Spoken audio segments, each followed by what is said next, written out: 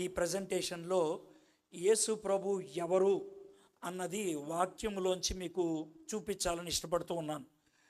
ఎందుకు అనంటే ఈ మధ్యకాలంలో చాలా రకాలైనటువంటి ప్రశ్నలు లేవనెత్తుచూ ఉన్నాయి. అసలు యేసు ప్రభు ఎవరు? యేసు ప్రభు దేవుడా? తండ్రితో సమానుడా కాదా? యేసు ప్రభుని మనం ఆరాధించాలా వద్దా? ఇలాంటి రకరకాలైనటువంటి ప్రశ్నలు మనకి రకరకాలైనటువంటి మాధ్యమాల నుంచి మనకి లేవనెత్తుతున్నాయి. అలాంటి నేపథ్యంలో బైబిల్ ఏం చెప్తుంది? బైబిల్ ఏం చెప్తుంది? యేసు ప్రభు ఎవరు అని బైబిల్ చెప్తుంది అన్నదాన్ని మీకు వివరించడానికి ఈ స్లైడ్ షో మీకు చూపిస్తూ ఉన్నాను. 100 స్లైడ్స్ ఉంటాయి, మొత్తం 100. ఈ 100ను కూడా మీకు వివరించడానికి నేను ప్రయత్నం చేస్తాను. అయితే మీరు జాగ్రత్తగా గమనించాలి, వినటానికి మీరు ప్రయత్నించాలి. సర్వసాధారణంగా మీలో చాలామంది నా ప్రసంగాలు విన్న వాళ్ళకి చాలా ఉదాహరణలు ఉంటాయి, కథలలాగా ఉంటాయి, కాబట్టి వినటానికి బాగుండొచ్చు. కానీ ఇది అలాగుండదు. ఇది బోధ టీచింగ్ బోధ కాబట్టి కాస్త డ్రైగా అనిపించవచ్చు. కానీ వీలైనంత మటుకు నేను ఉదాహరణలను జోడించడానికి ప్రయత్నం చేస్తాను. నేర్చుకోండి. ఇది మొదటి విషయం. రెండోది, నేను ప్రజెంట్ చేసేటువంటి ఈ స్లైడ్స్ డిబేట్లకి ఉపయోగించటానికి తయారు చేసినవి కావు. నేను ఎవరితో కూడా డిబేట్ చేయదలుచుకోవట్లేదు. ఇదివరకు చేయలేదా అంటే చేశాను. ఆ దినాలు వేరు, ఈ దినాలు వేరు. అప్పట్లో డిబేట్ చేసేవాళ్ళు నేర్చుకోవడానికి డిబేట్ చేసేవారు. కానీ ఇప్పుడు డిబేట్ చేసేవాళ్ళు నేర్చుకోవడానికి కాదు, వాళ్ళకి పేరు తెచ్చుకోవడానికి, లేకపోతే ఇంకా వేరే వేరే కారణాలతో. కాబట్టి ఈ స్లైడ్ షో నేను ఏదైతే చేస్తున్నానో it is not for debate, it is not for debate, it is not for discussion. మీతో కూర్చొని నేను డిస్కస్ కూడా నేను చేయను. నేను బోధించాను, వింటే విను లేదా మానే. బైబిల్ ఏం చెప్తుందో చెప్పాను, విని నమ్మి బాగుపడితే బాగుపడు లేదా మానే. I'm not here to discuss, I'm not here to debate చేయడానికి లేను, డిస్కస్ చేయడానికి లేను, డిక్లేర్ చేయడానికి ఉన్నాను. I'm here to declare. దేవుని వాక్యంలో ఏదుందో దాన్ని మీకు డిక్లేర్ చేస్తూ ఉన్నాను. సో ప్రాథమికంగా వాక్యంలో ఉన్నటువంటి విషయాన్ని మీకు వివరిస్తాను. అయితే బిగినింగ్లో కొంతమంది చరిత్రలో యేసు ప్రభు గురించి రకరకాల మాటలు అన్నారు, అవి మీ ముందు పెడతాను. తర్వాత కొన్ని ప్రశ్నలు సమాజంలో లేవనెత్తబడ్డాయి. యేసు ప్రభు వారు అసలు చరిత్రలో ఉన్నారా లేరా అని. అలాంటి వాటికి నేను చారిత్రకమైనటువంటి జవాబు మీకు ఇవ్వడానికి ఇష్టపడుతూ ఉన్నాను. ఓకే, మొదట అసలు యేసు ప్రభు దేవుడు కాదు అని చెప్పేటువంటి వాళ్ళు కొంతమంది ఉన్నారు. అనుమానం కూడా కాదు, వాళ్ళు స్ట్రైట్ అవే మాట చెప్పారు, జీసస్ ఈజ్ నాట్ గాడ్. యేసు ప్రభు దేవుడు కాదు అని. దానికి 4 ఉదాహరణలు మీ ముందు పెడతాను. 1984 సంవత్సరంలో మే మాసంలో వచ్చినటువంటి వారపత్రిక అది. అప్పట్లో ఇలస్ట్రేటెడ్ వీక్లీ అనేటువంటి ఒక వారపత్రిక ఉంటుంది. దాన్ని బ్రిటిష్ నాందీ అనేటువంటి ఆయన ఎడిట్ చేసేవాడు. బ్రిటన్లో ఉన్నటువంటి, ఇంగ్లాండ్ దేశంలో ఉన్నటువంటి ఇయాన్ విల్సన్ అనేటువంటి ఆయన ఒక పెద్ద ఆర్టికల్ రాయటం జరిగింది. ఆ ఆర్టికల్ పేరు ఏంటంటే డిడ్ జీసస్ రియల్లీ ఎగ్జిస్ట్? యేసు నిజంగా ఉనికిలో ఉన్నాడా అనేది. ఆయన రాసినటువంటి ఆ ఆర్టికల్ అంతా చదివితే మనకు అర్థమయ్యేది ఏంటంటే, ఆయన ఏమని రాశాడంటే, 2వ శతాబ్దానికి చెందినటువంటి పౌలు అనేటువంటి ఒక వ్యక్తి, 2వ శతాబ్దానికి చెందినటువంటి పౌలు అనేటువంటి వ్యక్తి యేసు అనేటువంటి ఒక వ్యక్తిని సృష్టించాడు అని అంటే కనుక కొంతమంది క్యారెక్టర్స్ని సృష్టిస్తారు. ఉదాహరణకి మనకి ఆ పేదరాశి పెద్దమ్మ అదొక క్యారెక్టర్, టార్జాన్ అదొక క్యారెక్టర్, సూపర్ మ్యాన్ అదొక క్యారెక్టర్. అదేవిధంగా జీసస్ అనేటువంటి ఆయన అసలు చరిత్రలో లేడు, పౌలు అనేటువంటి ఒక వ్యక్తి సృష్టించాడు అని ఆ ఆర్టికల్ రాయటం జరిగింది. ఇది ఒక యేసుప్రభు లేడు అని చెప్పడానికి. ఈయన 2వ వ్యక్తి, ఈయన పేరు నికాస్ కజన్సాకస్. ఈయన ఒక పుస్తకం రాశాడు, the last temptation of Jesus Christ అని. యేసుక్రీస్తు ప్రభు వారి యొక్క చిట్ట చివరి శోధన. నికోస్ కజన్సాకస్ రాసినటువంటి పుస్తకాన్ని ఆధారం చేసుకొని చాలామంది హిందూ మిత్రులు యేసు ప్రభు వారు దేవుడు కాదు అని వాదించడానికి ఆయన భారతదేశం చాలా విషయాలు ఇక్కడ నేర్చుకొని వెళ్ళాడు అని చెప్పడానికి ఈయన రాసినటువంటి పుస్తకంలో ఉన్నటువంటి విషయాల్ని వాళ్ళు ప్రతిపాదిస్తూ ఉంటారు. ఈ పుస్తకంలో ప్రాముఖ్యమైన విషయం ఆయన చెప్పదలుచుకుంది ఏంటంటే, యేసు దేవుడు కాదు. ఎందుకంటే మార్త సోదరి మరియతో ఆయనకి చెడు సంబంధం ఉన్నది, ఆయనకి అక్రమ సంబంధం ఉండేది. అందుకనే యేసు ప్రభు వారు సిలువ మీద ఉన్నప్పుడు తనని చిత్రహింసలకు గురి చేస్తున్నప్పుడు ఆ బాధను మర్చిపోవడానికి కళ్ళెదురుగా కనబడుతున్నటువంటి మరియమ్మను ఆయన లస్టిగా, అంటే చాలా చెడ్డగా ఊహించుకుంటూ ఆ బాధను దిగమింగుకోవడానికి ప్రయత్నం చేశాడని ఆ పుస్తకంలో వర్ణించడానికి ప్రయత్నం చేశాడు. దాన్ని ఒక సినిమాగా తీయటం జరిగింది. కానీ సినిమా 2 వారాల్లోనే ప్రపంచమంతా దాన్ని బ్యాన్ చేయటం జరిగింది. The last temptation of Jesus Christ. ఇది మూడోది. కొద్దిగా 30 సంవత్సరాలు 35 సంవత్సరాలు ఉన్న వాళ్ళందరికీ కూడా ఈ వ్యక్తి గురించి మీరు వినుంటారు. ఈయన పేరు డాన్ బ్రౌన్ అనేటువంటి ఆయన డావించి కోడ్ అనేటువంటి ఒక పుస్తకాన్ని రాయటం జరిగింది. డావించి కోడ్, దాన్ని సినిమాగా తీయటం కూడా జరిగింది. డావించి కోడ్లో ఆయన రాయదలుచుకుంది ఏంటి అని అంటే, యేసుక్రీస్తు ప్రభువారు చివరిసారిగా తన శిష్యులతో కలిసి ఆయన విందు ఆరగించడం జరిగింది. ద లాస్ట్ సప్పర్ అంటారు. అందుట్లో యేసు ప్రభు వారికి పక్కన వి ఆకారంలో ఒక వ్యక్తి కూర్చొని కనబడతా ఉంటాడు. ఆ వ్యక్తికి పొడుగు నీలాలు ఉంటాయి. ఆ వ్యక్తికి గడ్డం ఉండదు, మీసం ఉండదు. అయితే డావించి ఏమంటాడంటే, అది మీరు అనుకున్నట్లు యోహాను కాదు, అది మీరు అనుకున్నట్లు ఒక పురుషుడు కాదు, అది ఒక స్త్రీ, అది మగ్దలేని మరియా అని అంటూ వాళ్ళిద్దరి మధ్య ఉన్నటువంటి ఆ వి ఆకారం మధ్యన ఒక కప్ ఉంటుంది. అంటే డావించి అంటే లియోనార్డో డావించి చిత్రాన్ని ఆ విధంగా గీచాడు. ఆయన అందుట్లో ఒక కోడ్ లాంగ్వేజ్ ద్వారా చెప్పదలుచుకుంది ఏంటంటే, వీళ్ళిద్దరి మధ్యన ఒక అక్రమ సంబంధం ఉందని, వాళ్ళిద్దరికి ఒక బాబు పుట్టాడని, ఆ బాబు ఫ్రాన్స్ దేశంలో ఉన్నాడని ఆయన రుజువు చేయడానికి ప్రయత్నం చేశాడు. అదే డావించి కోడ్. దీంట్లో కూడా యేసు ప్రభు దేవుడు కాదు, కేవలం మనిషి అని చెప్పడానికి ప్రయత్నం చేశాడు. 4వ వ్యక్తి హ్యూజే స్కాన్ఫీల్డ్ 18వ శతాబ్దానికి చెందినటువంటి జర్మన్ ఫిలాసఫర్. ఈయన తత్వవేత్త. ఈయన ద పాసోవర్ ప్లాట్ అనేటువంటి పుస్తకాన్ని రాశాడు. ఈ పుస్తకంలో ఆయన ఏమని చిత్రీకరిస్తూ ఉంటాడంటే, ఇస్కరియోత్ యోధ యేసు ప్రభు లాగా ఉండేవాడని, ఇస్కరియోత్ యోధాతో యేసు ప్రభు మంతనాలు ఆడాడని, ఆయన చివరిసారిగా ఆయన విందుని ఆరగించినప్పుడు ఇస్కరియోత్ యోధాని బతిమలాడి, నేను నెమ్మదిగా తప్పించుకొని వెళ్ళిపోతాను, నువ్వు నాలాగా ఉంటావు కాబట్టి నా ప్లేస్లో నువ్వు చచ్చిపో అని చెప్పాడని, యేసు ప్రభు ప్లేస్లో ఇస్కరియోత్ యోధాని యేసు ప్రభు అనుకొని ఆయన సిలువ మీద చంపేశారని, యేసు ప్రభు అక్కడి నుంచి తప్పించుకొని ఇండియా వచ్చేసాడని, శ్రీనగర్లో ఆయన తబితా అనే ఒక అమ్మాయిని ప్రేమించి పెళ్లి చేసుకున్నాడని, ఆ అమ్మాయి ద్వారా ఆయన 4 పిల్లల్ని కన్నాడని, 129 సంవత్సరాలు యేసు ప్రభు వారు చచ్చిపోయినప్పుడు శ్రీనగర్ అనేటువంటి పట్టణానికి బయట ఆయన్ని సమాధి చేశారని, అక్కడ ఉన్నటువంటి ఒక పురాతనమైన సమాధిని చూపించి ఇది యేసు ప్రభు సమాధి అని చూపించడానికి ప్రయత్నం చేస్తారు. దీన్ని రాసింది హ్యూజే స్కాన్ఫీల్డ్ అనేటువంటి జర్మన్ ఫిలాసఫర్ 18వ శతాబ్దంలో. దీన్ని నమ్మేటువంటి వాళ్ళు చాలామంది ఉన్నారు. వాళ్ళల్లో ఒక గుంపు ఉన్నది, దాన్ని అహ్మదియా గుంపు అని అంటూ ఉంటారు. మీకు 4 గురించి మీ ముందు పెట్టడం జరిగింది. ఈ 4 కూడా యేసు ప్రభు దేవుడు కాదు అని వాదించటం జరిగింది. అయితే ఇప్పుడు ఇంకొక 4 మీ ముందు పెడతాను. ఈ 4 యేసు ప్రభు దేవుడు అని నమ్మారు. ఈ యేసు ప్రభు దేవుడని. ఇవి మీకు పరిచయ పలుకుల్లాగా ఎందుకు ఇచ్చానంటే, ప్రపంచము యేసు ప్రభు దగ్గరకు వచ్చేప్పటికి ఖచ్చితమైన గీత గీసేస్తుంది.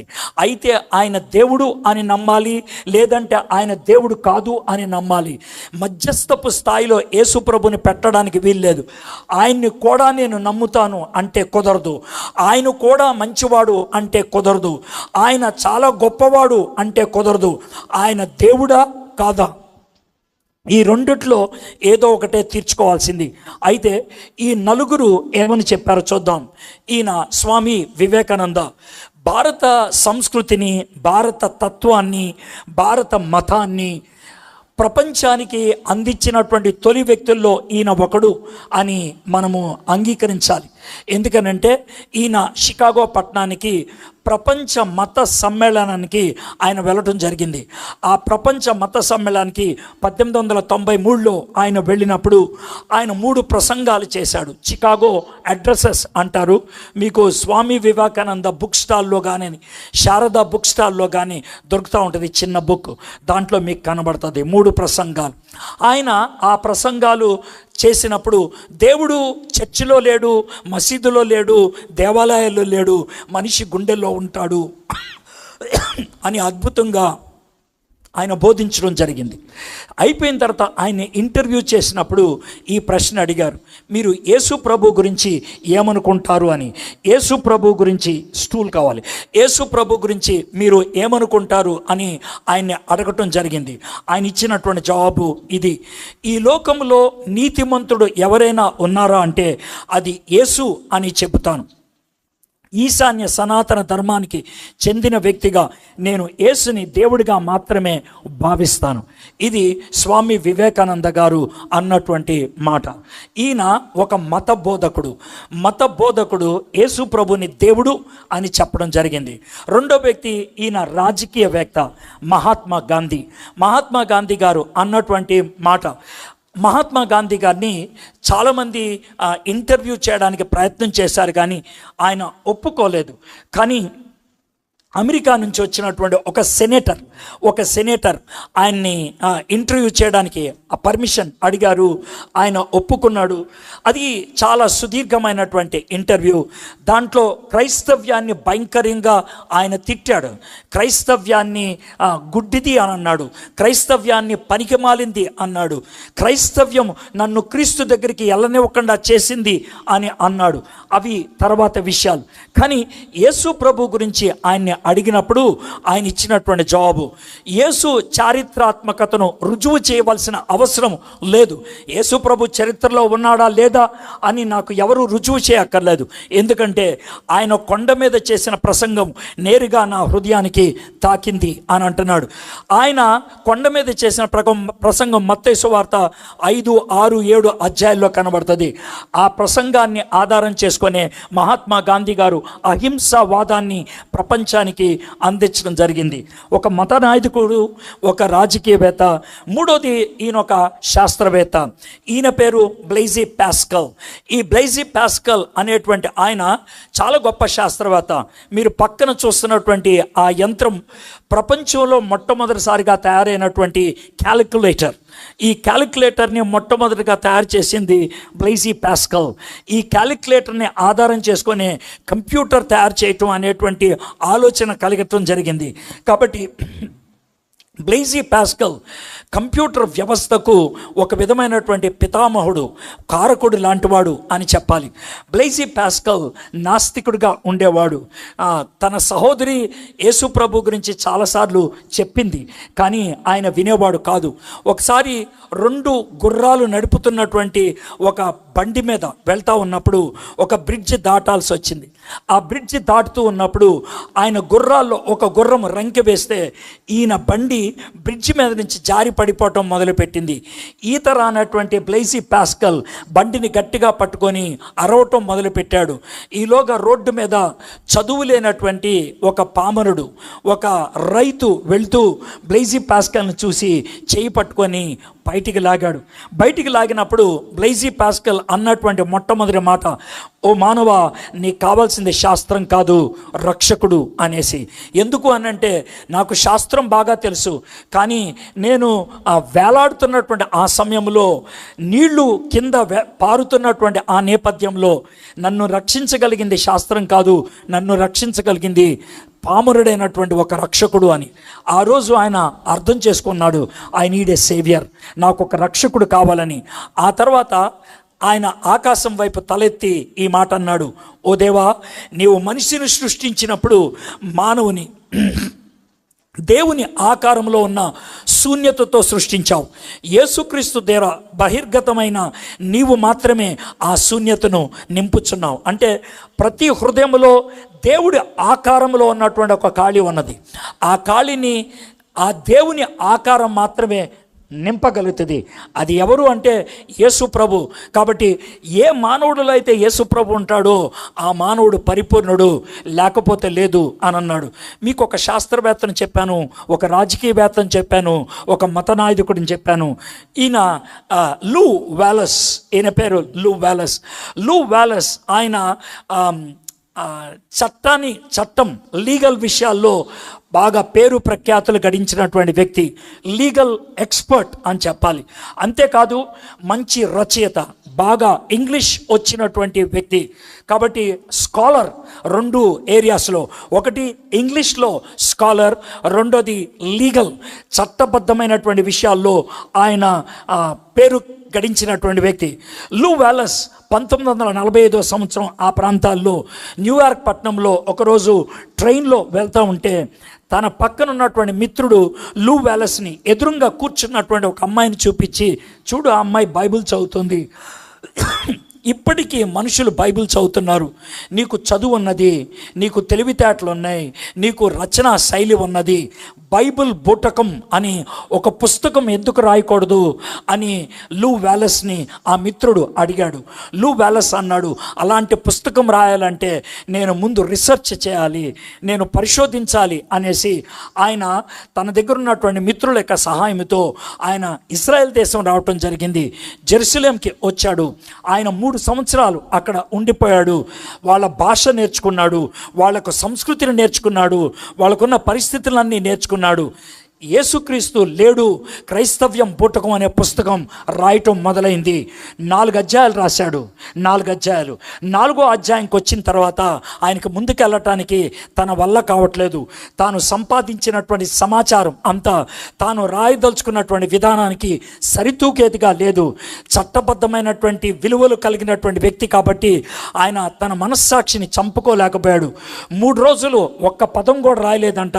3వ రోజున మోకరించి తలపైకెత్తి, నా దేవా నా దేవా, నీవు ఉనికిలో లేవని నేను ఎంతగా నిరూపించడానికి ప్రయత్నించినా నువ్వు ఉన్నావని రుజువు అవుతుంది, నీవే దేవుడివి అని నేను నమ్ముతున్నాను అని ఆయన ఆ మాటలు రాసి ఆ పుస్తకాన్ని పక్కకు పెట్టేద్దాం అని అనుకున్నాడు. కానీ ఆయన సంపాదించినటువంటి ఆ సమాచారం చాలా విలువైంది.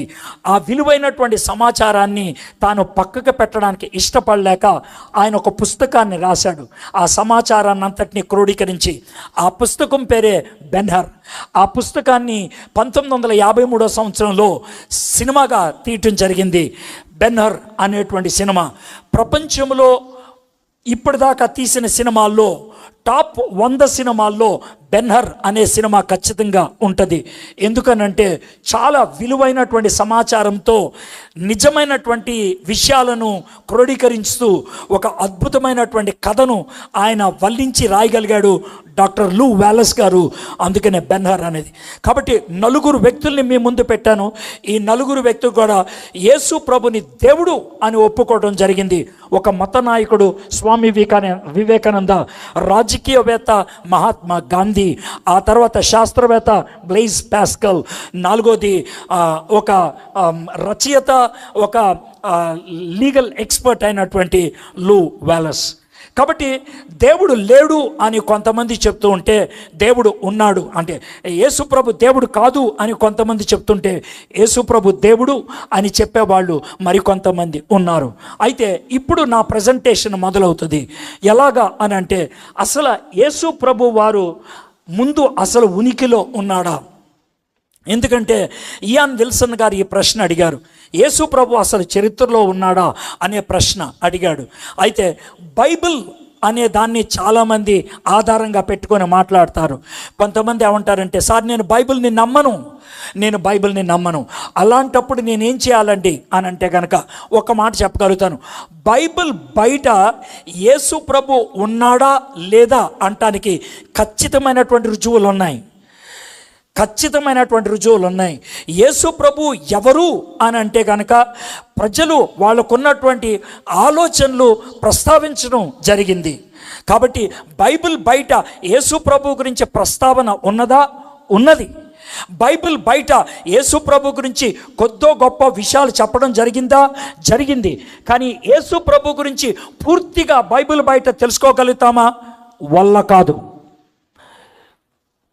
కాబట్టి నీకు ఎక్కడి దాకా పనికొస్తుంది బయట పుస్తకాలు అని అంటే, బయట మనకున్నటువంటి చారిత్రకమైనటువంటి ఆధారాలు అనంటే యేసు ప్రభు ఉన్నాడు అన్నదాకా. కానీ ఆ యేసు ప్రభు ఎవరో అన్న దాని దగ్గరికి బైబిల్లోకే మనము రావాల్సిందే. కాబట్టి ముందు చరిత్రలో బైబిల్ కాకుండా వేరే చోట ఉన్నటువంటి విషయాల్ని మనము చూద్దాం. అయితే మీకు ఒక చిన్న ఉదాహరణ చెప్తాను. అలెగ్జాండర్ పేరు విన్న వాళ్ళు చేతులు ఎత్తండి. Alexander very good. మీలో చాలామంది ఆయన పేరు విన్నారని మీరు విన్నారు. Very good. అలెగ్జాండర్ గ్రీక్ చక్రవర్తి. ఒప్పుకునే వాళ్ళందరూ కూడా చేతులు ఎత్తండి. గ్రీక్ చక్రవర్తి. Very good. అలెగ్జాండర్ గ్రీకు చక్రవర్తి ప్రపంచాన్ని అతి చిన్న వయసులో 32.5 సంవత్సరాలకి ఆయన స్వాధీనం చేసుకోగలిగినటువంటి ఒక గొప్ప యువ కెరటం అని చెప్పాలి. అయితే అలెగ్జాండర్ చాలా చిన్న వయసులోనే చచ్చిపోయాడు. చిన్న వయసులోనే. క్రీస్తు పూర్వం 326లో అలెగ్జాండర్ చచ్చిపోయాడు. అయితే ఒక విషయం గుర్తుపెట్టుకోండి, జాగ్రత్తగా వినండి. అలెగ్జాండర్ గురించి మొట్టమొదటిసారిగా ఒక కాగితం మీద ఒక వ్యక్తి రాసింది ఆయన చచ్చిపోయిన 400 సంవత్సరాలకి. మళ్ళీ చెప్తున్నాను, అలెగ్జాండర్ చచ్చిపోయిన 400 సంవత్సరాలకి మొట్టమొదటిసారిగా కాగితం మీద రాశాడు ఏరియస్ అనేటువంటి వ్యక్తి. అప్పటి వరకు అలెగ్జాండర్ గురించి ఎవరు ఎక్కడ రాయలేదు. కేవలం నోటి మాట ద్వారానే ఉన్నది. నోటి మాట ద్వారానే. అయినప్పటికి కూడా అలెగ్జాండర్ చరిత్రలో ఉన్నాడా లేదా ఎవరూ ప్రశ్నించరు. అలెగ్జాండర్ గారు చెప్పినటువంటి మాటల్ని అనుమానిస్తారా? లేదు. చాలా స్పష్టంగా అంగీకరించేస్తారు. చరిత్రలో ఉన్నాడు అనే అలెగ్జాండర్ని నమ్ముతారు. మీరు చేసింది తప్పు అని నేను అంటలేదు. మిమ్మల్ని నేను క్వశ్చన్ చేయడానికి ప్రశ్న వేయట్లేదు. అయితే 400 సంవత్సరాల గ్యాప్, 400 సంవత్సరాల వ్యవధి తర్వాత కూడా రాసినటువంటి రాతను చరిత్ర అని నమ్మితే మరి యేసు ప్రభు గురించి రాసినటువంటి తొలి మాటలు ఎంత దగ్గరలో ఉన్నాయో మీరు ఆలోచిస్తే ఆశ్చర్యపోతారు. యేసుక్రీస్తు ప్రభువారు క్రీస్తు పూర్వం 4లో పుట్టి ఉండాలి. యేసుక్రీస్తు ప్రభువారు 29 క్రీస్తు శకంలో ఆయన చనిపోయి ఉండాలి. నేను చూపించేటువంటి ఈ వ్యక్తి పేరు ఫ్లేవియస్ జోసిఫస్ అనేటువంటి ఆయన. ఫ్లేవియస్ జోసిఫస్ ఈయన క్రీస్తు శకం 37లో పుట్టాడు. 100లో ఆయన చనిపోవటం జరిగింది. ఆయన రాసినటువంటి గ్రంథం పేరు the antiquities of the juice. యూదుల గురించి రాసినటువంటి చరిత్ర. సుమారు క్రీస్తు శకం 70 ఆ ప్రాంతంలో రాశాడు. అంటే యేసుక్రీస్తు ప్రభువారు చనిపోయింది 29లో అయితే ఆయన 70లో రాస్తున్నాడు. అంటే మధ్యలో గ్యాప్ ఎంత? 40 సంవత్సరాలు. 40 సంవత్సరాల గ్యాప్లో ఆయన యేసు ప్రభువారిని తాను రాసినటువంటి పుస్తకంలో ఆయన ప్రస్తావించడం జరిగింది. అంతట్లో ప్రస్తావించడం అంటే ఏదో సూచాయిగా ఒక మాట చెప్పి వదిలేయటం కాదు, చాలా వివరణతో రాయటం జరిగింది. 23 అధ్యాయాలు కలిగినటువంటి ఈ పుస్తకంలో 18వ అధ్యాయం యేసు ప్రభుకి కేటాయించడం జరిగింది. అందుట్లో ఒక పారాగ్రాఫ్ మీకు చదివి వినిపిస్తాను. ఆ సమయంలో యేసు ప్రత్యక్షమయ్యాడు. ఆయన జ్ఞాని, ఎందుకంటే ఆయన ఆశ్చర్యకరమైన పనులు చేసేవాడు. సత్యాన్ని సంతోషంగా స్వీకరించే ప్రజలకు బోధకుడు. యూదులలో మరియు గ్రీకు సంతతికి చెందిన అనేక మంది ఆయన శిష్యులయ్యారు. మనలో అగ్రనాయకులు చేసిన ఒక ఆరోపణ కారణంగా పిలాతు అతన్ని సిలువ చనిపోవాలని ఖండించాడు. ఆయన శిష్యులుగా మారిన వారు ఆయన శిష్యత్వాన్ని వదలలేదు. ఈనాటికి ఆయన పేరు మీద ఉన్న క్రైస్తవులు తెగ అంతరించిపోలేదు. ఇది ఒక మాట కాదు రాయటం. నేను పూర్తిగా ఆ చాప్టర్ అంతా కూడా చదవలేదు, ఒక పారాగ్రాఫ్ చదివాను. రవి విన్సెంట్ గారు జోసిఫస్ ఫ్లేవియస్ గారి మీద ఆయన రీసెర్చ్ పేపర్స్ కూడా చేశారు. నేను ఎందుకని ఈ మాట చెప్తున్నానంటే, యూనివర్సిటీ వాళ్ళు ఈయన రచనల్ని అంగీకరిస్తారు. యూనివర్సిటీ వాళ్ళు ఈయన రచనల్ని అంగీకరిస్తారు, చారిత్రకమైనటువంటి మాటగా ఆయన ఒప్పుకుంటారు. కాబట్టి జోసిఫస్ ఫ్లేవియస్ ఏమన్నాడు? యేసయ్య చరిత్రలో ఉన్నవాడు అని చెప్తున్నాడు. ఇది మొదటిది.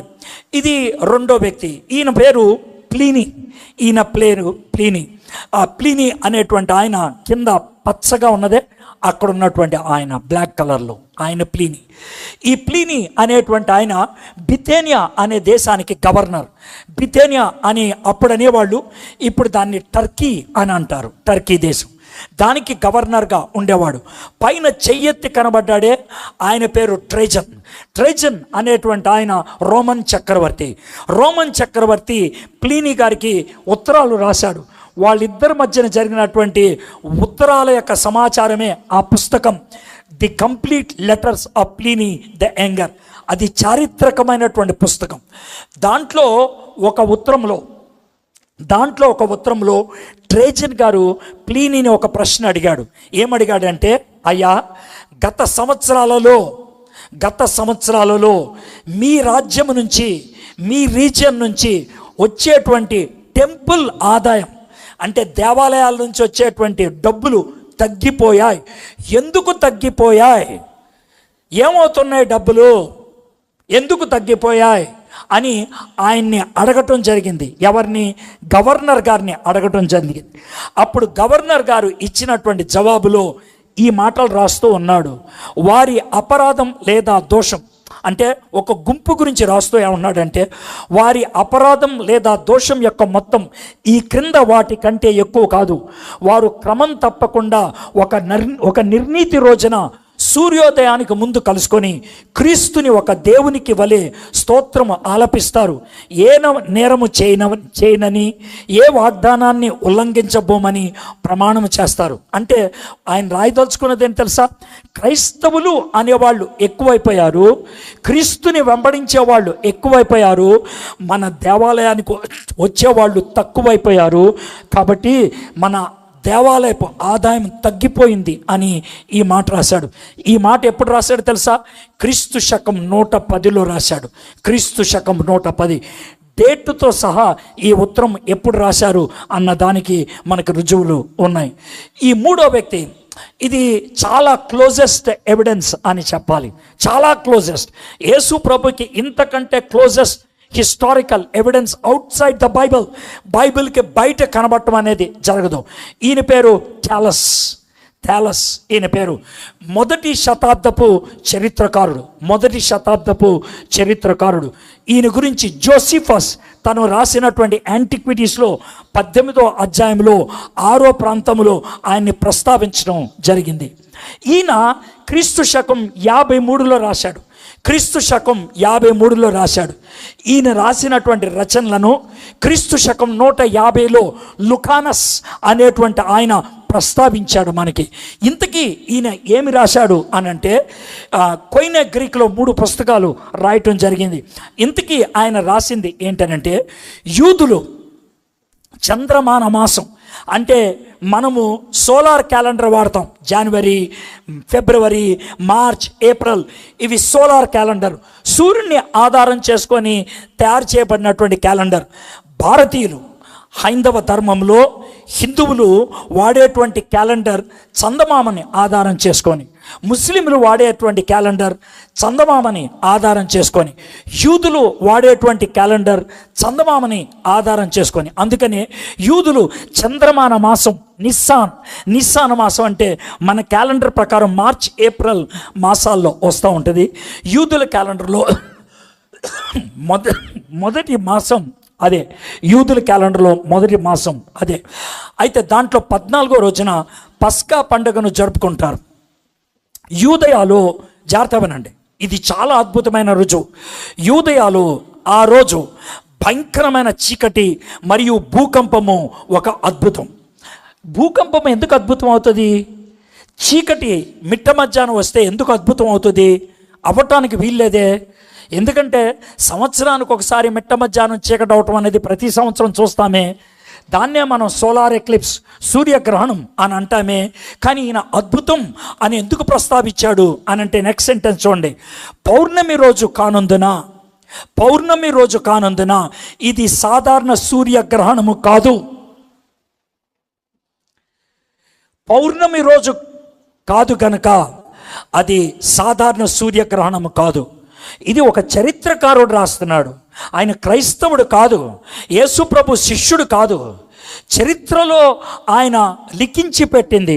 క్రీస్తు శకం 53లో ఆయన రాస్తే, లుకానస్ అనేటువంటి ఆయన క్రీస్తు శకం 150లో ఆయన గురించి ప్రస్తావిస్తే అది మన దగ్గర దాకా రావటం జరిగింది. ఇక ఇప్పటికీ నేను ఎంతమందిని గురించి చూపించాను. మొదటిది నేను ఒక యూదా చరిత్రకారుని చూపించాను, జోసిఫస్ ఫ్లేవియస్. రెండోది ఒక రోమన్ గవర్నర్ని చూపించాను, ఆయన పేరు ప్లినీ ది యంగర్. మూడోది ఒక ఫిలాసఫర్ని చూపించాను, టాలస్ అనేటువంటి ఆయన. నాలుగోది సుటోనియస్, ఈయన రోమన్ చరిత్రకారుడు. సుటోనియస్ అనేటువంటి ఆయన the lives of 12 Caesars, Roman సామ్రాజ్యాన్ని పరిపాలించేవాడిని సీజర్ అంటారు, 12 మంది గురించి రాశాడు. సుటోనియస్ అనేటువంటి ఆయన యూదులను చక్రవర్తి క్లాడియస్ బహిష్కరించడం గురించి ప్రస్తావించాడు. అపోస్తల కార్యం 18వ అధ్యాయంలో అకుల్లా, ప్రిస్సిల్లా ఇలాంటి వాళ్ళు కొరింథీ పట్టణానికి పారిపోయి వచ్చారు ఇటలీ దేశాన్ని నుంచి. ఎందుకు పారిపోయి వచ్చారంటే క్లాడియస్ అనేటువంటి చక్రవర్తి క్రైస్తవుల్ని బయటికి తరిమేయటం జరిగింది. కాబట్టి దీంట్లో ఆయన ప్రస్తావించింది ఏంటంటే అవి క్రిస్టస్ ప్రేరేపించిన నిరంతర అలజడి కావడమేనని ఆయన వాదించారు. క్రిస్టస్ అంటే ఎవరో? క్రీస్తు గురించి, క్రీస్తు ద్వారా వచ్చినటువంటి అలజడిని బట్టి ఇది జరిగింది ఆయన చెప్తా ఉన్నాడు. కాబట్టి మీకు 4 రుజువుల్ని ఇవ్వటం జరిగింది చరిత్రలోంచి. బైబిల్ బయట యేసు ప్రభు గురించి ప్రస్తావించారు అని చెప్పడానికి. మై ఫ్రెండ్స్, మళ్ళీ చెప్తున్నాను, వాదించడానికి, దీన్ని వాదడానికి కాదు, తొడగొట్టడానికి నేను దీన్ని మీకు చూపించట్లేదు. మన విశ్వాసం దృఢపరుచుకోవడానికి, మనం క్రీస్తులో నిలకడగా ఉండటానికి. ఎవరు మనల్ని ప్రశ్నలు అడిగినా మనం జవాబు చెప్పలేకపోవచ్చు. జవాబు చెప్పినా చెప్పకపోయినా మనము జారిపోకుండా ఉండాలి, విశ్వాసంలో నిలకడగా ఉండాలి. ఆ ఉద్దేశంతో ఇది మీ ముందు పెట్టడానికి ప్రయత్నం చేస్తూ ఉన్నాను. మీకు కనబడుతున్నటువంటి ఆ వ్యక్తి పేరు William Mitchell Ramsay. William Mitchell Ramsay అనేటువంటి ఆయన స్కాట్లాండ్ దేశానికి చెందినటువంటి వ్యక్తి. స్కాట్లాండ్ దేశానికి చెందినటువంటి విలియం మిచెల్ రామ్సే అనేటువంటి ఈయన మంచి విద్య కలిగినటువంటి వాడు. ఆయనకి 9 PhDలు ఉన్నాయి, 9 డాక్టరేట్లు ఉన్నాయి. ఆయన బాగా చదువుకున్నటువంటి వాడు. అయితే చిన్న వయసులోనే ఆయనకి సర్ అంటే ఏంటి తెలుసా? ఇప్పుడు మన ఇండియాలో భారతరత్న ఎలా ఇస్తారో, బ్రిటిష్ ప్రభుత్వం వాళ్ళు ఇచ్చేటువంటి అతి ఉన్నతమైనటువంటి బిరుదు సర్, దాన్ని నైట్హుడ్ అంటారు. కాబట్టి అది ఆయనకి ఇవ్వటం జరిగింది చాలా చిన్న వయసులోనే. అయితే ఈయన్ని చాలామంది మిత్రులు యేసు ప్రభు గురించి అడిగితే, నేను యేసు ప్రభుని నమ్మను అని అన్నాడంట. మరి నువ్వు యేసు ప్రభుని నమ్మను అని అన్నప్పుడు నువ్వు ఒక స్టేట్మెంట్ వేస్తే బాగుంటుంది కదా, చారిత్రకంగా ఒక స్టేట్మెంట్ వేస్తే బాగుంటుంది కదా అని విలియం మిచెల్ రామ్సేని అడిగితే ఆయన అన్నాడు, నేను చదువుకున్న వాడిని, రుజువు చేయాలి, చెప్పాలి, కాబట్టి నేను దాన్ని పరిశోధించి చేస్తానని బైబిల్ చూడటం మొదలుపెట్టాడు. బైబిల్లో ఒక వ్యక్తి 2 పుస్తకాలు రాశాడు. ఆ 2 పుస్తకాలు తన్ని ఆకర్షించుకున్నాయి. ఏంటి ఆ 2 పుస్తకాలు అంటే అపోస్తల కార్యములు, లూకా సువార్త. ఈ రెంటిని రాసింది ఒక వ్యక్తే, లూకా. ఈ లూకా రాసినటువంటి ఈ 2 పుస్తకాలు చదివినప్పుడు ఆయనకి అర్థమైంది ఏంటంటే, ఈ 2 పుస్తకాల్లో లూకా గారు 54 పట్టణాల గురించి, 9 దీవుల గురించి, 95 మనుషుల గురించి ఆయన ప్రస్తావించి రాశాడు పేరు పెట్టి. 54 ఊర్ల గురించి, 9 దీవుల గురించి, 95 మనుషుల గురించి పేర్లు ప్రస్తావించి రాశాడు. 1800 సంవత్సరాల క్రితం రాసినటువంటి ఆ గ్రంథంలో 54 పట్టణాలు, 9 దీవులు, 95 మంది మనుషులు, దూరాలు, దిశలు రాసుకుంటూ వచ్చాడు కదా. నేను వెళ్ళి చూస్తా, 54 పట్టణాలు అలా ఉన్నాయో లేదో చూస్తా, 9 దీవులు అలా ఉన్నాయో లేదో చూస్తా, 95 మంది గురించి రుజువులు ఉన్నాయో లేదో చూస్తా అని పరిశోధించడం మొదలుపెట్టాడు. ఆయన డబ్బులు ఖర్చు పెట్టుకున్నాడు. టర్కీ దేశానికి వెళ్ళాడు, గ్రీసు దేశానికి వెళ్ళాడు, ఇటలీకి వెళ్ళాడు, ఇస్రాయెల్ దేశానికి వెళ్ళాడు, పరిశోధన చేశాడు. అంతా చేసిన తర్వాత ఆయన ఈ మాట అంటున్నాడు. లూకా తన 2 పుస్తకాలను చరిత్రాత్మక అవగాహనతో రాశాడు. విలియం రామ్సే వంటి ఆధునిక చరిత్రకారులు సువార్త అపోస్తుల కార్యముల్లోని 54 భౌగోళిక ప్రదేశాలని ఖచ్చితమైనవిగా చూపించబడ్డాయి అంగీకరిస్తూ లూకా 58 మరియు 60 మధ్యన సువార్త రాశాడు. అప్పటికి ప్రత్యక్ష సాక్షులు ఇంకా జీవించి ఉన్నారు. 58లో రాశాడు లూకా. 58లో లూకా రాసినటువంటి ఈ పుస్తకము చారిత్రకమైంది, అబద్ధాలు లేనివి, కల్పితాలు కావివి. కాబట్టి దాంట్లో యేసు ప్రభుని ప్రస్తావించాడు, ఆయన గురించి రాశాడు. అప్పటికి యేసు ప్రభుని చూసిన వాళ్ళు ఇంకా ఉన్నారు, యేసు ప్రభుతో మాట్లాడిన వాళ్ళు ఉన్నారు. ఒకవేళ లూకా తప్పు రాస్తే అప్పుడే దాన్ని నిలదీసి ఇది తప్పు రానుండేవాళ్ళు. యేసు ప్రభు 29లో చచ్చిపోయాడు, ఈయన 58లో రాశాడు. కాబట్టి గ్యాప్ ఎంత అంటే 30 సంవత్సరాలే. 30 సంవత్సరాల వ్యవధిలో ఆ విధమైనటువంటి తప్పుడు సమాచారం రాయటం అసాధ్యం. కాబట్టి విలియం రామ్సే యేసు ప్రభుని సొంత రక్షకుడిగా అంగీకరించడమే కాదు, సెయింట్ పాల్ ద ట్రావెలర్ అనేటువంటి అద్భుతమైనటువంటి గ్రంథాన్ని ఆయన రాయటం జరిగింది. ఎందుకంటే తన యొక్క ప్రయాణాలలో తెలుసుకున్నటువంటి విషయాల్ని ఆయన పుస్తకంగా రాయటం జరిగింది. వీళ్ళిద్దరూ మత్తయి మార్కు సువార్తలను 50వ దశకం ప్రారంభంలో రాశారు. మరియు ప్రత్యక్ష సాక్షులు జీవించి ఉన్నప్పుడు అవి చలామణిలో ఉన్నాయి. కాబట్టి 3 సువార్తలు మత్తయి, మార్కు, లూకా యేసు ప్రభు చనిపోయిన 30 సంవత్సరాల లోపల పూర్తయిపోయినాయి. అవి చలామణిలో ఉన్నాయి. భారతదేశానికి మొట్టమొదటిసారిగా యేసు ప్రభు గురించి తీసుకొచ్చిన సువార్త మత్తయి సువార్త. మత్తయి సువార్తని భారతదేశంలోకి బహుశా తీసుకొచ్చింది బర్తలోమియా, తోమా ఇద్దరు కూడా భారతదేశానికి వచ్చారని చరిత్రకారులు కొంతమంది ప్రస్తావిస్తూ ఉంటారు. బర్తలోమియా ఆయన ఉత్తర భారతదేశానికి వెళ్ళాడని, గుజరాత్లో ఉన్నటువంటి భరూచ్ అనేటువంటి ప్రాంతంలో ఆయన పరిచర్య చేశాడని, ఆయన పరిచర్యకి కేంద్రం భరూచ్ అని బర్తలోమియా గురించి సాక్ష్యం ఇచ్చేటువంటి వాళ్ళు గుజరాత్లో ఇప్పటికే ఉన్నారు. తోమా దక్షిణ భారతదేశానికి వస్తే బర్తలోమియా ఉత్తర భారతదేశానికి వచ్చాడని, బర్తలోమియా మత్తయి సువార్తను తీసుకొచ్చాడని. కానీ బర్తలోమియా ఎక్కువ కాలం పరిచర్య చేయలేదు, 3 నెలల తర్వాత ఆయన్ని చంపేశారని. తోమా మాత్రం సుమారు 20 సంవత్సరాలు పరిచర్య చేసి అద్భుతంగా సంఘాలు స్థాపించాడని చెప్తూ ఉంటారు. ఇవి మొదటి శతాబ్దంలోనే అయిపోవటం జరిగింది. సో మై ఫ్రెండ్స్, ఇప్పుడు దాకా నేను చెప్పదలుచుకుంది ఏంటి, యేసు ప్రభు వారిని దేవుడు కాదు అని కొంతమంది అంటే, దేవుడు అని మరి కొంతమంది అంటే, చరిత్రలో యేసు ప్రభు ఖచ్చితంగా ఉన్నాడు అని అనటానికి అందరూ ఒప్పుకోవటం జరిగింది.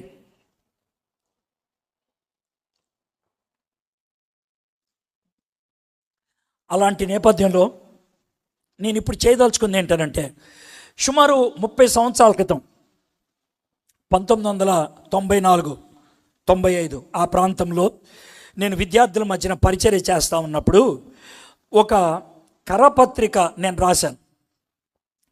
నా లైఫ్లో 3 కరపత్రికలు రాయటం జరిగింది, అందుట్లో ఇదొకటి. ఈ కరపత్రికని లక్షలకు పైగా ప్రింట్ చేసి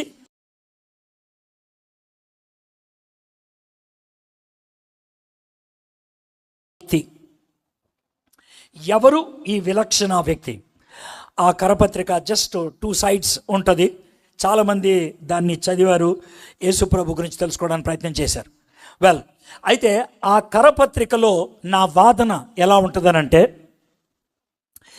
యేసు ప్రభు వారిని దేవుడు అని మనం ఎందుకు నమ్మాలి అన్న దానికి యేసు ప్రభు దగ్గరికి వెళ్ళొద్దు. ముందు ఒక వ్యక్తిని దేవుడు అని మనం నమ్మాలంటే ఆయనకు ఉండాల్సిన లక్షణాలు ఏంటో మనం చూద్దాం. దేవుడు నేను సమస్యల్లో ఉంటే, బాధల్లో ఉంటే, కష్టాల్లో ఉంటే, అక్కడ దూరాన్న కూర్చుంటే ఆయన దేవుడు ఎలా అవుతాడు? అవడం.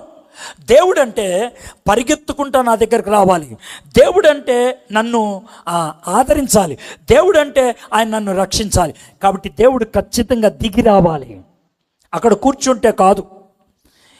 కాబట్టి ఒకవేళ దేవుడు దిగొస్తే, దేవుడే దిగొస్తే, దేవుడే మనుషుల మధ్యకు వస్తే ఆయన ఎలా వస్తాడు?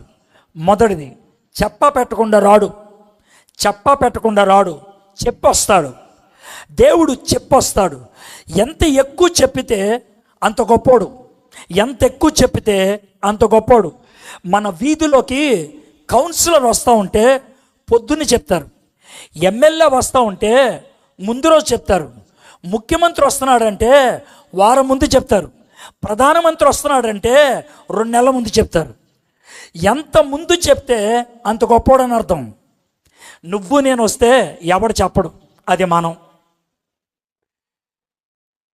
కాబట్టి యేసు ప్రభు ఒకవేళ దేవుడైతే ఆయన భూమి మీదకి మానవుడిగా వస్తే, దేవుడే మానవుడిగా వస్తే మొట్టమొదటిది ఆయన గురించి ముందుగా ఎంతో చెప్పబడి ఉండాలి. ఇదే నా మొదటిది. ప్రవచనాలు, చాలా ప్రవచనాలు. యేసు ప్రభు గురించి 310 కంటే ఎక్కువ ప్రవచనాలు ఉన్నాయి. అవేంటో మీకు చెప్తాను, కొన్ని చెప్తాను. ఇది మొదటి కారణం, ఆయన చెప్ప పెట్టకుండా రాలేదు, ఆయన చాలా రకాలైనటువంటి ప్రవచనాలు ఇచ్చి వచ్చాడు. That is my first thing, entry.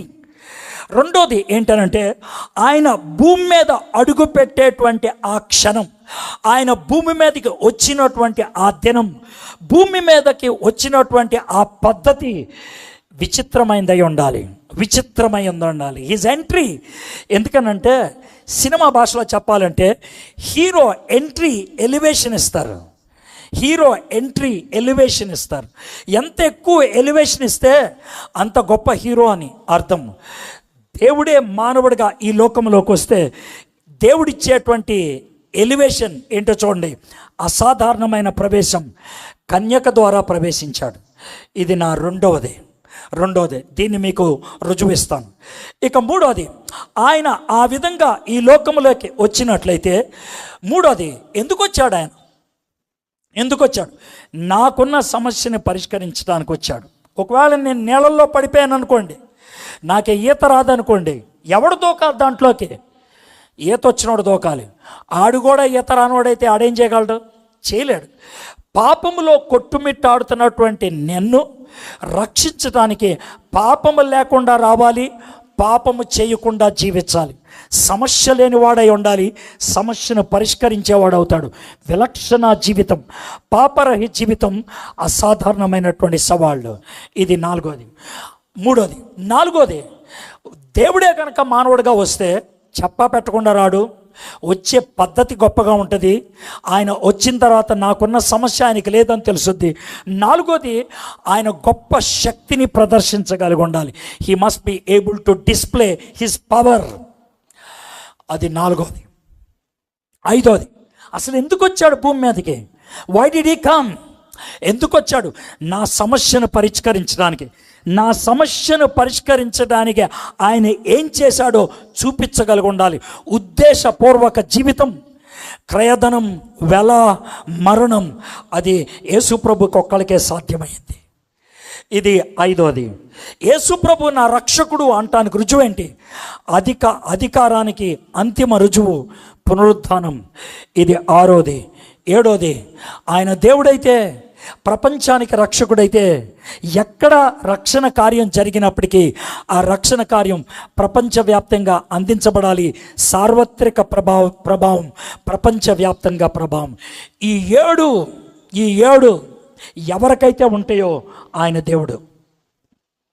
Number 1 entry, number 1 preparation, రెండోది ఎంట్రీ, మూడోది ప్రాబ్లం లేని లైఫ్, నాలుగోది పవర్ఫుల్ లైఫ్, ఐదోది పర్పస్ఫుల్ లైఫ్, ఆరోది ప్రూఫ్ ఇచ్చే లైఫ్, ఏడోది ప్రొక్లమేషన్ చేసుకోగలిగేటువంటి లైఫ్.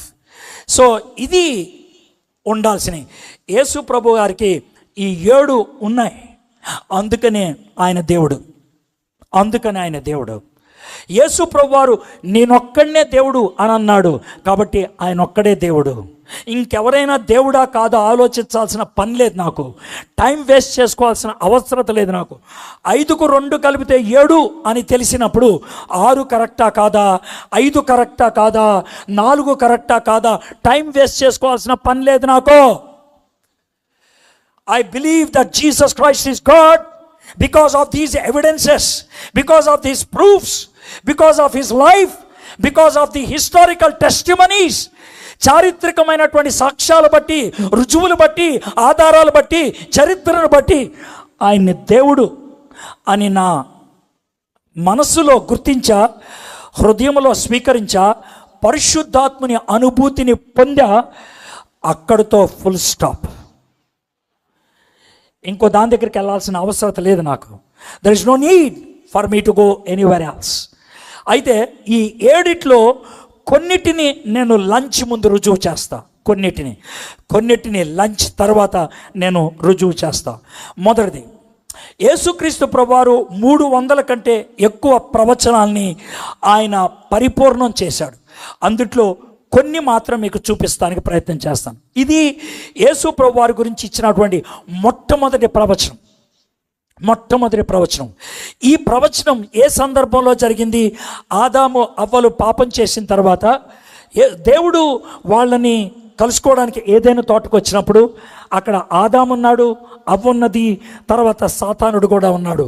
వాళ్ళ ముగ్గురితో మాట్లాడుతున్నప్పుడు దేవుడు ఇచ్చినటువంటి మాట ఇది, మరియు నీకును స్త్రీకిని. ఇది ఎవరితో మాట్లాడుతున్నాడు? సాతాన్తో మాట్లాడుతున్నాడు. నాకు చాలా అద్భుతంగా అనిపించేటువంటి మాట ఏంటంటే, నిజమైన హీరో, జాగ్రత్త వినండి, నిజమైన హీరో సవాలు ఎవరికి విసురుతాడు?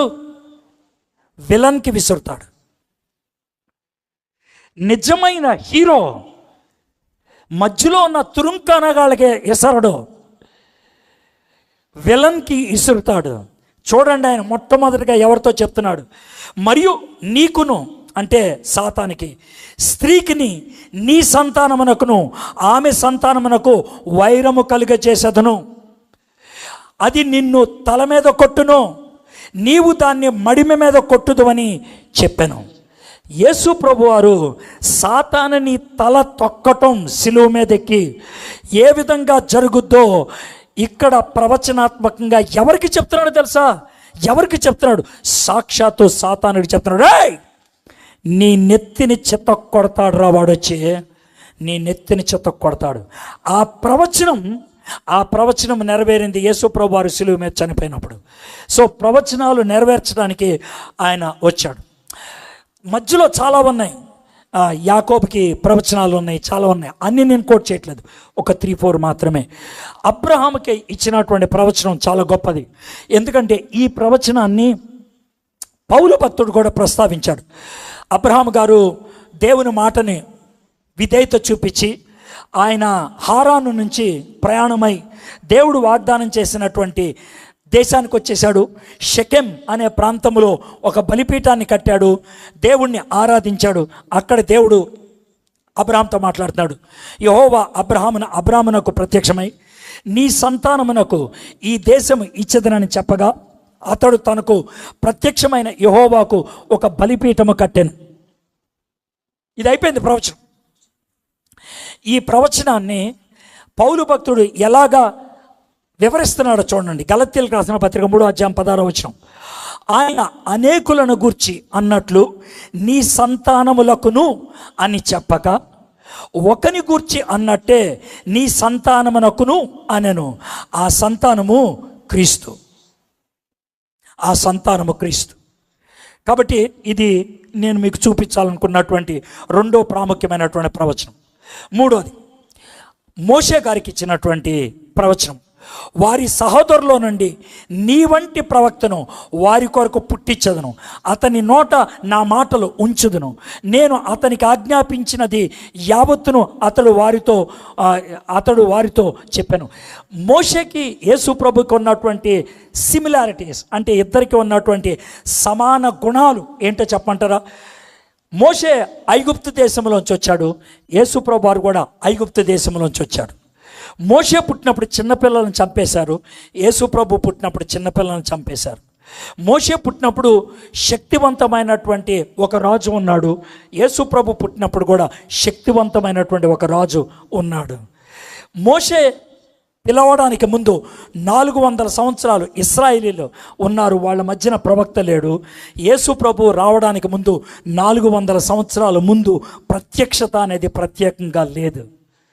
ఈ రెంటిలో చాలా రకాలైనటువంటి ఒకే విధమైన గుణాలు ఉన్నాయి. మోషే కొండ మీద ధర్మశాస్త్రాన్ని తీసుకొచ్చి ఇచ్చాడు, యేసు ప్రభు వారు కొండెక్కి వర్తమానాన్ని అందించాడు. మోషే కొండెక్కి ధర్మశాస్త్రం ఇస్తే ఆ ధర్మశాస్త్రాన్ని ఉల్లంఘించడం బట్టి 3000 మంది చచ్చిపోయారు. యేసు ప్రభు వారు కొండెక్కి ఇక్కడికి నేను పరిశుద్ధాత్మని పంపిస్తానంటే ఆ పరిశుద్ధాత్ముడు వస్తే 3000 మంది జీవాన్ని పొందారు పెంతెకొస్తు దినాన. సో యేసు ప్రభు, మోషే ఇద్దరు ఒకలాంటి వాళ్ళు. ఆ ప్రవచనం యొక్క నెరవేర్పు మనం యేసు ప్రభులో చూస్తాం. యోహాను సువార్త 6వ అధ్యాయం 14వ వచనం, ఆ మనుషులు యేసు చేసిన సూచక్రియను చూచి నిజముగా ఈ లోకమునకు రాబో ప్రవక్త ఈయనే, అంటే ఒక ప్రవక్త వస్తాడని, మోషే లాంటి వాడు వస్తాడని ఎదురు చూశారు. అది ఈయనే అని వాళ్ళు చెప్పుకోవటం జరిగింది. కీర్తనలో నేను మీకు ముందు ఆది కాండములో సాతానుతో మాట్లాడిన మాటలు చెప్పాను, అబ్రహాముతో చెప్పిన మాటలు, తర్వాత మోషేతో చెప్పిన మాటలు చెప్పాను. ఇప్పుడు దావీదు గురించి చెప్తున్నాను. అబ్రహాము గురించి ఎందుకు చెప్పాను? పితామహుడు కాబట్టి. మోషే గురించి ఎందుకు చెప్పాను? ఆయన ధర్మశాస్త్రాన్ని ఇచ్చాడు కాబట్టి. దావీదు గురించి ఎందుకు చెప్పాను? ఆయన మొట్టమొదటి దేవుడు ఏర్పరచుకున్నటువంటి రాజు కాబట్టి. వీళ్ళ ముగ్గురు యూదులకి ప్రాధాన్యం. అందుకే మత్తయ్య వీళ్ళ ముగ్గురిని ఆధారం చేసుకొని రాస్తాడు. ఇప్పుడు కీర్తనలో 16 కీర్తనలు వాటిని మెస్సియా కీర్తనలు అని అంటారు. మెస్సియా కీర్తనలు అంటే ఆ కీర్తనలంతా కూడా యేసు ప్రభు గురించి రాసినవే. ఉదాహరణకి 22వ కీర్తన, నా దేవా నా దేవా నీవు నన్నేలా విడనాడితివి, నన్ను రక్షింపక నా ఆర్తధ్వని వెనక నీవేళ దూరమగునావు. ఈ మాట యేసు ప్రభు వారు శిలువ మీద పలికాడు. కానీ దీన్ని యేసు ప్రభు వారు ఈ లోకంలోకి రావడానికి 900 సంవత్సరాల ముందు రాయటం జరిగింది. ప్రవచనం 4 అయిపోయినాయి. సాతాను, అబ్రహాము, మోషే, దావీదు. 5వది యెషయా అని 5వ సువార్తికుడు అంటారు. సువార్తికుడు అంటే చూస్తూ రాసిన వాళ్ళు. యేసు ప్రభు జీవితాన్ని చూసి రాశారు 4. కానీ యెషయా దివ్య దర్శనం ద్వారా రాశాడు, జరక్క ముందు రాశాడు, 700 సంవత్సరాల ముందు రాశాడు. యేసు ప్రభు గురించి అనేక విషయాలు తాను రాసినటువంటి ఆ 66 అధ్యాయాలు కలిగినటువంటి యెషయా గ్రంథంలో రాశాడు. 9వ అధ్యాయం 6వ వచనం, ఏలయనగా మనకు శిశువు పుట్టెను, మనకు కుమారుడు అనుగ్రహించబడెను, ఆయన భుజం మీద రాజ్యభారం ఉండెను, ఆశ్చర్యకరుడు, ఆలోచనకర్త, బలవంతుడైన దేవుడు, నిత్యుడకు తండ్రి, సమాధానకర్త అయిన అధిపతి అతనికి పేరు పెట్టబడును. వండర్ఫుల్ వన్, ఆశ్చర్యకరుడు, లూకా 4:22. మైటీ గాడ్, శక్తివంతమైన దేవుడు, మత్తయి సువార్త 13:54. నిత్య తండ్రి, యోహాను సువార్త 10వ అధ్యాయం 30వ వచనం. ఆ ఒక్క వచనం యొక్క నెరవేర్పు అనేక చోట్ల మనం చూడగలుగుతాం. అందుకని అది ఒక కీలకమైనటువంటి ప్రవచనంగా చెప్తూ ఉంటారు. యెషయా 4 కీర్తనలు రాశాడు. యెషయా గారు 4 కీర్తనలు, 35వ అధ్యాయం 1, 53వ అధ్యాయం 1, 61వ అధ్యాయం 1-3, 68వ అధ్యాయం 18-24. ఈ 4 కీర్తనలో యేసు ప్రభు గురించి 4 స్థాయిల్లో వర్ణించడం మొదలుపెట్టాడు. 35వ కీర్తనలో రక్షణ అన్నదాన్ని ఒక కవి హృదయంతో రాశాడు. 53వ అధ్యాయంలో యేసు ప్రభు వారి యొక్క చివరి 24 గంటల ప్రయాణాన్ని ఆయన వర్ణిస్తూ రాశాడు. 61వ అధ్యాయంలో యేసు ప్రభు యొక్క పరిచర్య గురించి రాశాడు. 63వ అధ్యాయంలో యేసు ప్రభు వారు ఈ భూప్రపంచం మీద చేసినటువంటి ఆ కార్యం ఏ విధంగా ముగిస్తుందో ఆయన రాయటం జరిగింది. సో మై ఫ్రెండ్స్, 5 ఎవిడెన్సెస్ మీకు ఇచ్చాను ప్రవచనాల యొక్క నెరవేర్పు అనేది. దీంట్లో మీకు చూపించలేదు కానీ మీకు చెప్తాను. పీటర్ స్టోనర్ మీలో చాలామంది చదువుకున్న వాళ్ళు గూగుల్ చేయటం వచ్చు, కావాలంటే దీన్ని గూగుల్ చేయండి. Peter stoner, PETER, Peter stoner, STONER, Peter stoner mathematician, గణిత శాస్త్రవేత్త, బాగా చదువుకున్నవాడు. మంచి పేరు ప్రఖ్యాతులు గడించిన వాడు. ఆయన స్టాటిస్టిక్స్లో ఆయన బాగా దిట్ట. ఆయన ఏమంటాడంటే, మనకి ప్రాబబిలిటీ జరుగుద్దా లేదా అనేటువంటి ప్రాబబిలిటీ ఊహాగానాలు ఉంటే, ఆ ప్రాబబిలిటీ థియరీలో ఏమంటాడంటే, ఒక సంచిలో ₹10 వేసి నేను సంచిలోంచి తీస్తే మొదట ₹10 వస్తుందా అంటే ₹10 వస్తుంది. ఒకటే ఉంది కదా, 100%. కానీ దాంట్లో ఒక ₹10 వేసి ₹1 వేస్తే మొదటిసారి ఏ నాణ్యం వస్తుందంటే, ఏమో ₹10 రావచ్చు, ₹1 రావచ్చు, 50-50. ఒకవేళ దాంట్లో 3 వేస్తే, దాంట్లో 4 వేస్తే, దాంట్లో 5 వేస్తే, దాంట్లో 6 వేస్తే, దాంట్లో 7 వేస్తే, దాంట్లో 8 వేస్తే, ఆ 8 వరుస క్రమంలో జరగాలంటే ఆయన ప్రాబబిలిటీ ఎలా చెప్పాడు తెలుసా? మీకు అర్థమని చెప్తాను. ఆంధ్ర తెలంగాణ 2 రాష్ట్రాలు కలిపి ఉన్నాయి అనుకుందాం. ఈ 2 రాష్ట్రాలు మొత్తం అడుగెత్తు, 2 రాష్ట్రాలు అడుగెత్తు ₹1 నాణ్యాలతో నింపేశా. అడుగెత్తు 2 రాష్ట్రాలు ₹1 నాణ్యాలతో నింపేసి అందుట్లో ఒక నాణ్యానికి ఎర్రదారం కట్టా. ఆ తర్వాత నీకు కళ్ళకు గంతలు కట్టి నువ్వెళ్ళు, ఎటు కావాలంటే అటు వెళ్ళు, ఎంత దూరం కావాలంటే అంత దూరం వెళ్ళు, ఎంతసేపు కావాలంటే అంతసేపు వెళ్ళు. కానీ వెళ్ళి ఒకటే నాణ్యాన్ని తీయాలి. అయితే దారం కట్టిన నాణ్యం తీయటానికి అవకాశం ఎంతో. యేసు ప్రభు యొక్క ప్రవచనాలు 8 ఒక్క వ్యక్తిలో నెరవేరటం అంత కష్టం అని చెప్పాడు. కాబట్టి ఇది ఊహాగానాల బట్టి జరిగింది కాదు, ఖచ్చితంగా జరిగిందని పీటర్ స్టోనర్ రుజువ ఇస్తా ఉన్నాడు. సో మొదటిది అయిపోయింది, ప్రవచనాల నెరవేర్పు అనేది. నేను ఇప్పటికి మొదలుపెట్టి 59 నిమిషాలు అయింది. నేను అనుకున్న వేగంలోనే వెళ్ళగలుగుతున్నాను, నేను నమ్ముతున్నాను. ఇప్పుడు దాకా ఎంతసేపు కూర్చున్నారో ఇంకంతసేపు కూర్చోవాల్సి వస్తుంది. కాబట్టి నేను నా టైం ప్రకారం వెళ్తున్నాను. నాకు చాలా గొంతుకు నొప్పిగా ఉన్నది, కానీ నేను గాలి పీల్చుకోకుండా చెప్తున్నాను. I'm telling it very fast, ఎందుకంటే కవర్ చేయాలి అనేటువంటిది, మీకు బోర్ కొట్టకూడదు అనేది. రెండోది అసాధారణమైనటువంటి ప్రవేశం, కన్యక ద్వారా జన్మించడం అనేది. యెషయా భక్తుడు ప్రవచించాడు. కాబట్టి ప్రభువు తానే ఒక సూచన మీకు చూపను. ఆలకించుడి, కన్యక గర్భవతి అయి కుమారుని కని అతనికి ఇమ్మానుయేలు అని పేరు పెట్టాను. ఇది ప్రవచనాత్మకంగా జరిగింది, అసాధారణమైనటువంటి ప్రవేశం. అయితే మరియా యవ్వన బిడ్డ, బహుశా మరియమ్మకి 15 అటు ఇటుగా ఉంటుంది వయసు. మరియమ్మకి 15 అటు ఇటుగా ఉంటుంది. మరియమ్మకిను యోసేపుకి ప్రధానం అయిపోయింది. యోధా సంస్కృతిలో ప్రధానమైనటువంటి వాళ్ళని భార్యాభర్తలు అంటారు. కానీ ప్రధానమైనటువంటి వాళ్ళు శారీరకంగా కలవకూడదు. 1 సంవత్సరం వాళ్ళు ఉండాలి. సంవత్సరం అయిన తర్వాత పెళ్లి చేస్తారు.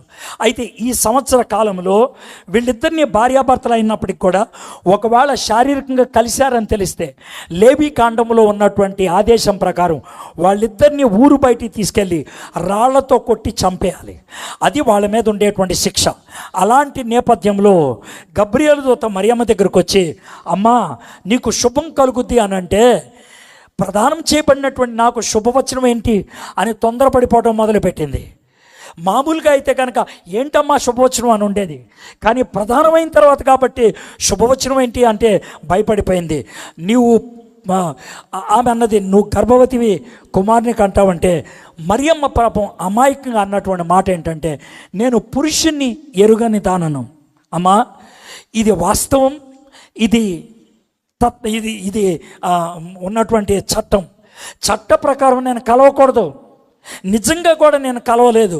కాబట్టి ఇది ఎలా సాధ్యం, ఇది ఎలాగ జరుగునని దూతదానగా, దూత పరిశుద్ధాత్మ నీ మీదకు వచ్చును, సర్వోన్నతిని శక్తి నిన్ను కమ్ముకొనును, గనుక పుట్టబోవు శిశువు పరిశుద్ధుడై దేవుని కుమారుడు అనబడును. యేసు ప్రభువారు ఈ లోకంలోకి పాపము లేనివాడిగా రావాలి. జాగ్రత్తగా గుర్తుపెట్టుకోండి, పాపం అనేది శరీరంతో వచ్చేది కాదు. దీని గురించి ఎంత పిక్కొని వస్తున్నారో ప్రజలు నాకు అర్థం కావట్లేదు. నేను అప్పుల్లోకి ఎలా వెళ్తాను, నేను అప్పుల బారిని ఎలా పడతాను? చాలా సింపుల్గా చెప్పాలంటే, మా నాన్నగారు ₹1 కోటి ఆస్తి సంపాదించి చచ్చిపోతే ఆ కోటి ఆస్తి నాదే. ఆ కోటి ఆస్తి నాదే. కానీ ఒకవేళ మా నాన్నగారు ₹1,00,00,000 అప్పు చేసి చచ్చిపోతే ఆ అప్పు ఎవరు తీర్చాలి? నేను తీర్చాలి. దాన్ని లీగల్ ట్రాన్స్ఫర్ అంటారు. లీగల్ ట్రాన్స్ఫర్ అంటే చట్టబద్ధంగా అది నాకు వచ్చింది. చట్టబద్ధంగా. మీకు విషయం లేదో తెలుసో లేదో, ఇప్పుడు రతన్ టాటా గారు ఈరోజు చనిపోయారు. రతన్ టాటా గారు కోటీశ్వరుడు. భారతదేశంలో అతి ధనికులకు చెందినటువంటి వాళ్ళలో ప్రథముల్లో 3 ఒకడు ఆయన.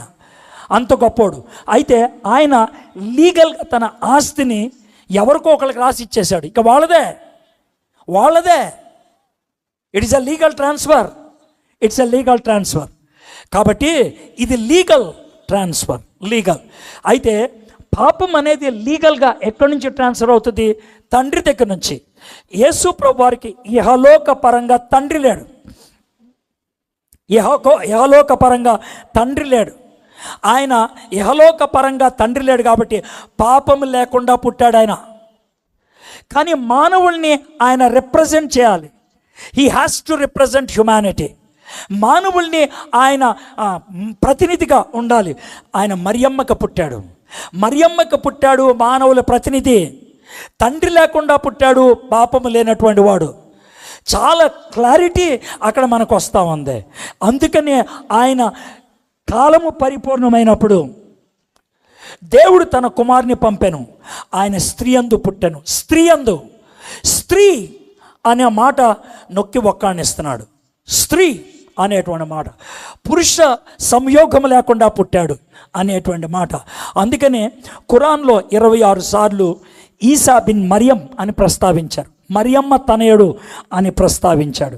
సో ఇది మనకి రెండవదిగా కనబడుతుంది. మొదటిది ప్రవచనాల యొక్క నెరవేర్పు, రెండవది అసాధారణ ప్రవేశం.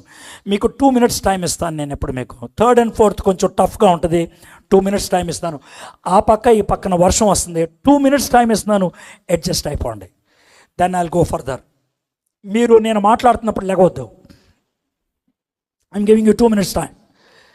వర్షం మీ మీద పడుతుంటే లోనికి వచ్చేయండి. That's it.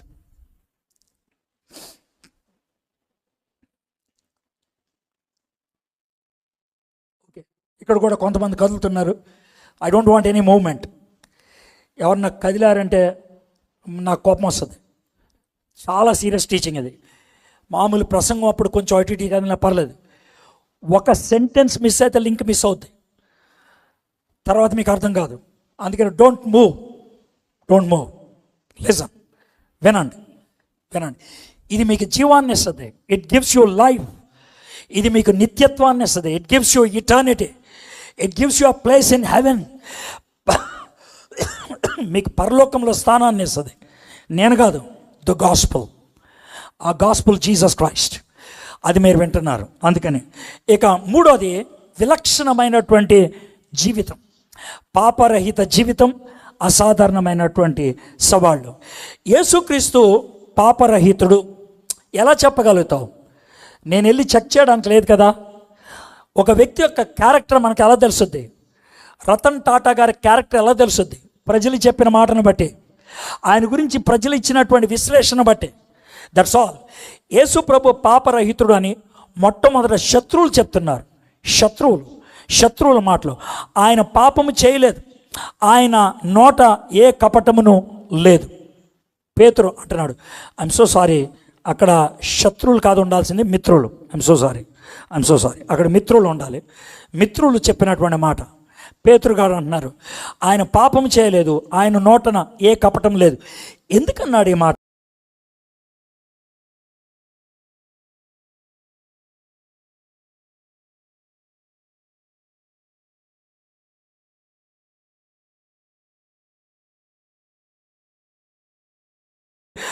ఆయన నోరు మెదపలేదు. దగ్గరుండి చూశాడు పేతురు గారు. అందుకని ఆ మాట రాస్తా ఉన్నాడు. రెండో వ్యక్తి ఎవరు? పౌలు. ఎందుకనగా మనం ఆయన యందు దేవుని నీతి అగునట్లు పాపము ఎరుగని ఆయనను మన కోసం పాపముగా చేశాం. ఆయన మన కోసం పాపము అయిపోయాడు. మూడోది ఇస్కరియోతు యోధా, నేను నిరపరాధ రక్తమును అప్పగించి పాపము చేసేది.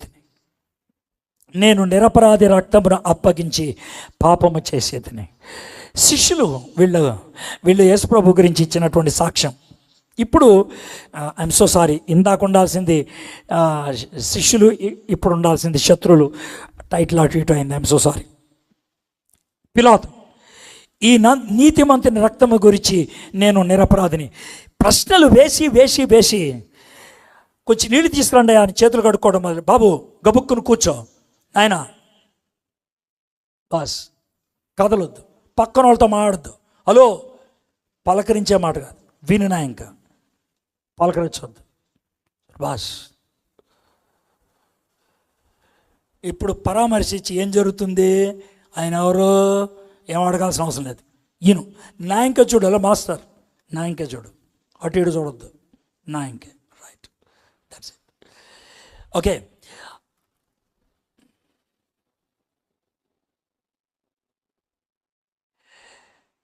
ఆయన చాలా రకాలైనటువంటి వాదనలు చేసి యేసు ప్రభుని అడిగాడు, నువ్వు నోరు తెరు, నువ్వు చెప్పు అంటే యేసు ప్రభు నోరు తెరలేదు.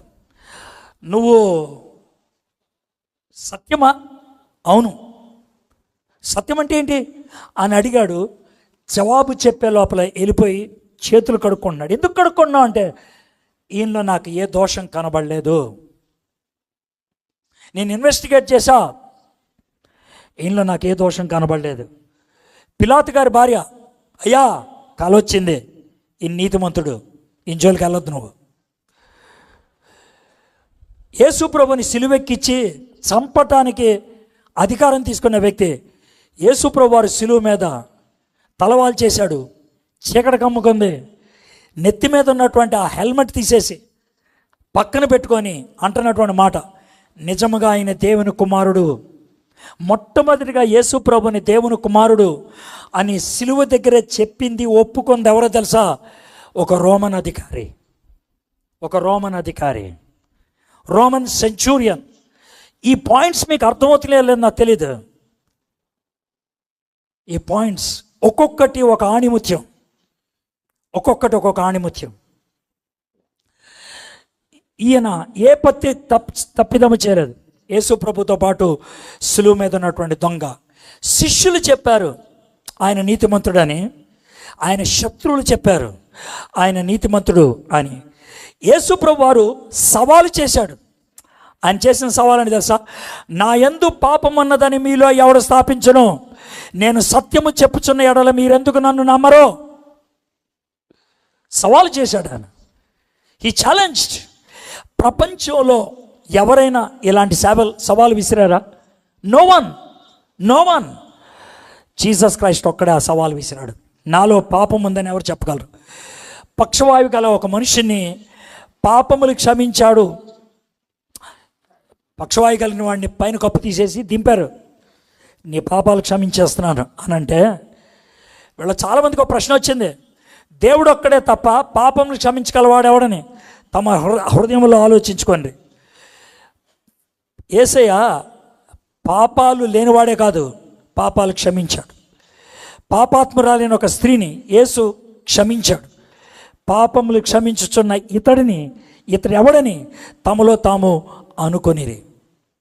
సో జీసస్ వేసిన సవాళ్ళు, జీసస్ చేసిన పనులు ఆయన నీతిమంతుడు అని చెప్తున్నాయి. యేసు ప్రభువారు పాపరహితుడు. అవసరమా? దీంతో యేసు ప్రభు ఒక్కడే ఎందుకు రక్షకుడు అవ్వగలిగాడు మీకు అర్థమైపోద్ది. మళ్ళీ చెప్తున్నాను, ఇది డిబేట్ కోసం కాదు, డిస్కషన్ కోసం కాదు, డిక్లరేషన్.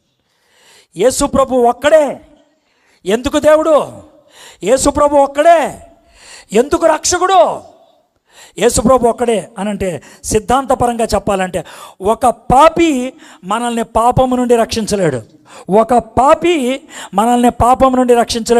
యేసు ప్రభువులో పాపము లేదు. పాపము లేకుండా పుట్టాడు, పాపము చేయకుండా జీవించాడు. ఆయనలో పాపము లేదు, ఆయన పాపము చెయ్యలేదు. మన ప్రధాన యాజకుడు మన బలహీనత యందు మనతో సహానుభావం లేనివాడు కాడు, కానీ సమస్త విషయంలోనూ మన వల్లే శోధింపబడినను ఆయన పాపము లేనివాడిగా ఉండెను. మొదటిదే, హీ ఈజ్ సిన్లెస్. రెండోది, అపవిత్రమైన బలిని దేవుడు అంగీకరించలేడు. ఆయనే పాపము కలిగిన వాడైతే తనని తాను బలిగా అర్పించుకోలేడు. నిర్దోషమైన ఏడాది మగపిల్లను తీసుకొనవలెను. యేసుప్రభు వారు పాపము లేనివాడు. మూడోది, ఒక రుణాన్ని మరో రుణస్థుడు తీర్చలేడు. ఒక అప్పుని ఇంకో అప్పున్నవాడు తీర్చలేడు. యేసయ్య అప్పు లేనాడు, అందుకే నీ నా అప్పు తీర్చగలిగాడు. ఆయన రుణస్థుడు కాదు, అందుకే నీ నా రుణాన్ని తీర్చగలిగాడు. ఏలయనగా మనలను దేవుని యొద్దకు తెచ్చుటకు అనీతిమంతుల కొరకు నీతిమంతుడైన క్రీస్తు శరీర విషయంలో చంపబడి ఆత్మ విషయంలో బ్రతికించబడి పాపముల విషయంలో ఒక్కసారే శ్రమపడిన. నాలుగోది, మునిగిపోతున్న వ్యక్తి ఎవరిని కాపాడలేడు.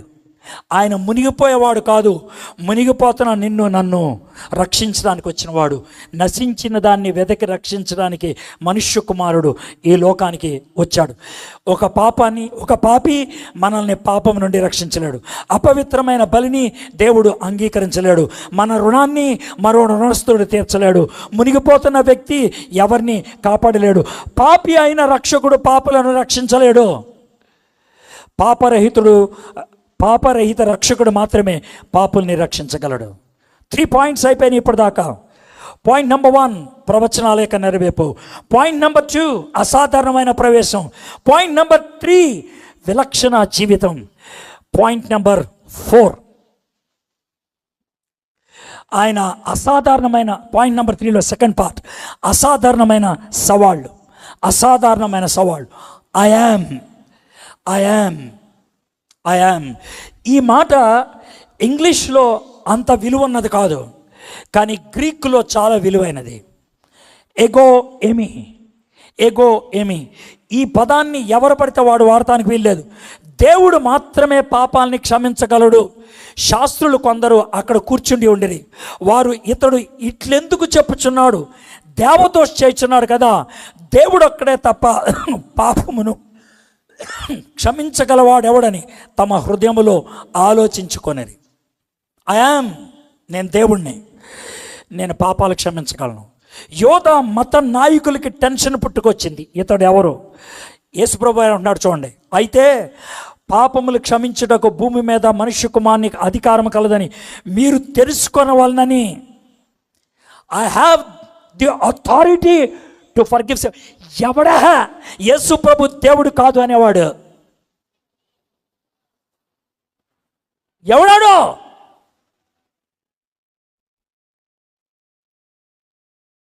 ఇంత స్పష్టమైన స్టేట్మెంట్ ఉంటే నాకు పాపాలు క్షమించే అధికారం ఉన్నది.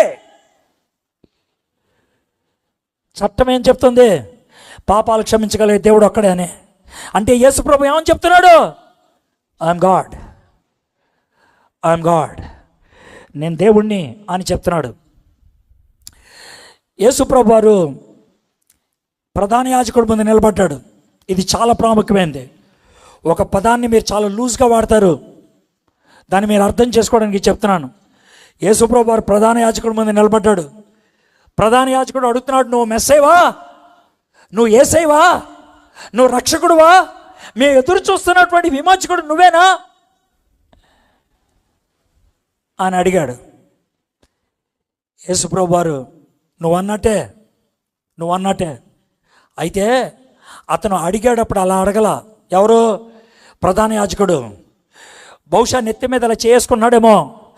ఆనపెట్టి అడుగుతున్నా చెప్పు, దేవుడి మీద ఒట్టేసి అడుగుతున్నా చెప్పని. చూడండి అక్కడ ఉన్నటువంటి అందుకు ప్రధాన యాజకుడు ఆయన్ని చూచి, నీవు దేవుని కుమారుడు అయిన క్రీస్తువు అయితే, జాగ్రత్త వినండి, దేవుని కుమారుడు అయిన క్రీస్తువు అయితే, జాగ్రత్త వినండి ఆ పదాలు, దేవుని కుమారుడు అయిన క్రీస్తువు అయితే ఆ మాట మాతో చెప్పుమని జీవము గల దేవుని తోడని నీకు ఆనబెట్టిచున్నానను. అందుకు యేసు, చూడండి యేసు ప్రభు ఇచ్చిన జవాబు ఏంటో. అందుకు యేసు, నువ్వు అన్నట్లే అతను అడిగింది, నువ్వు దేవుని కుమారుడువా, నువ్వు క్రీస్తువా? అది యాజకుడు అడిగింది.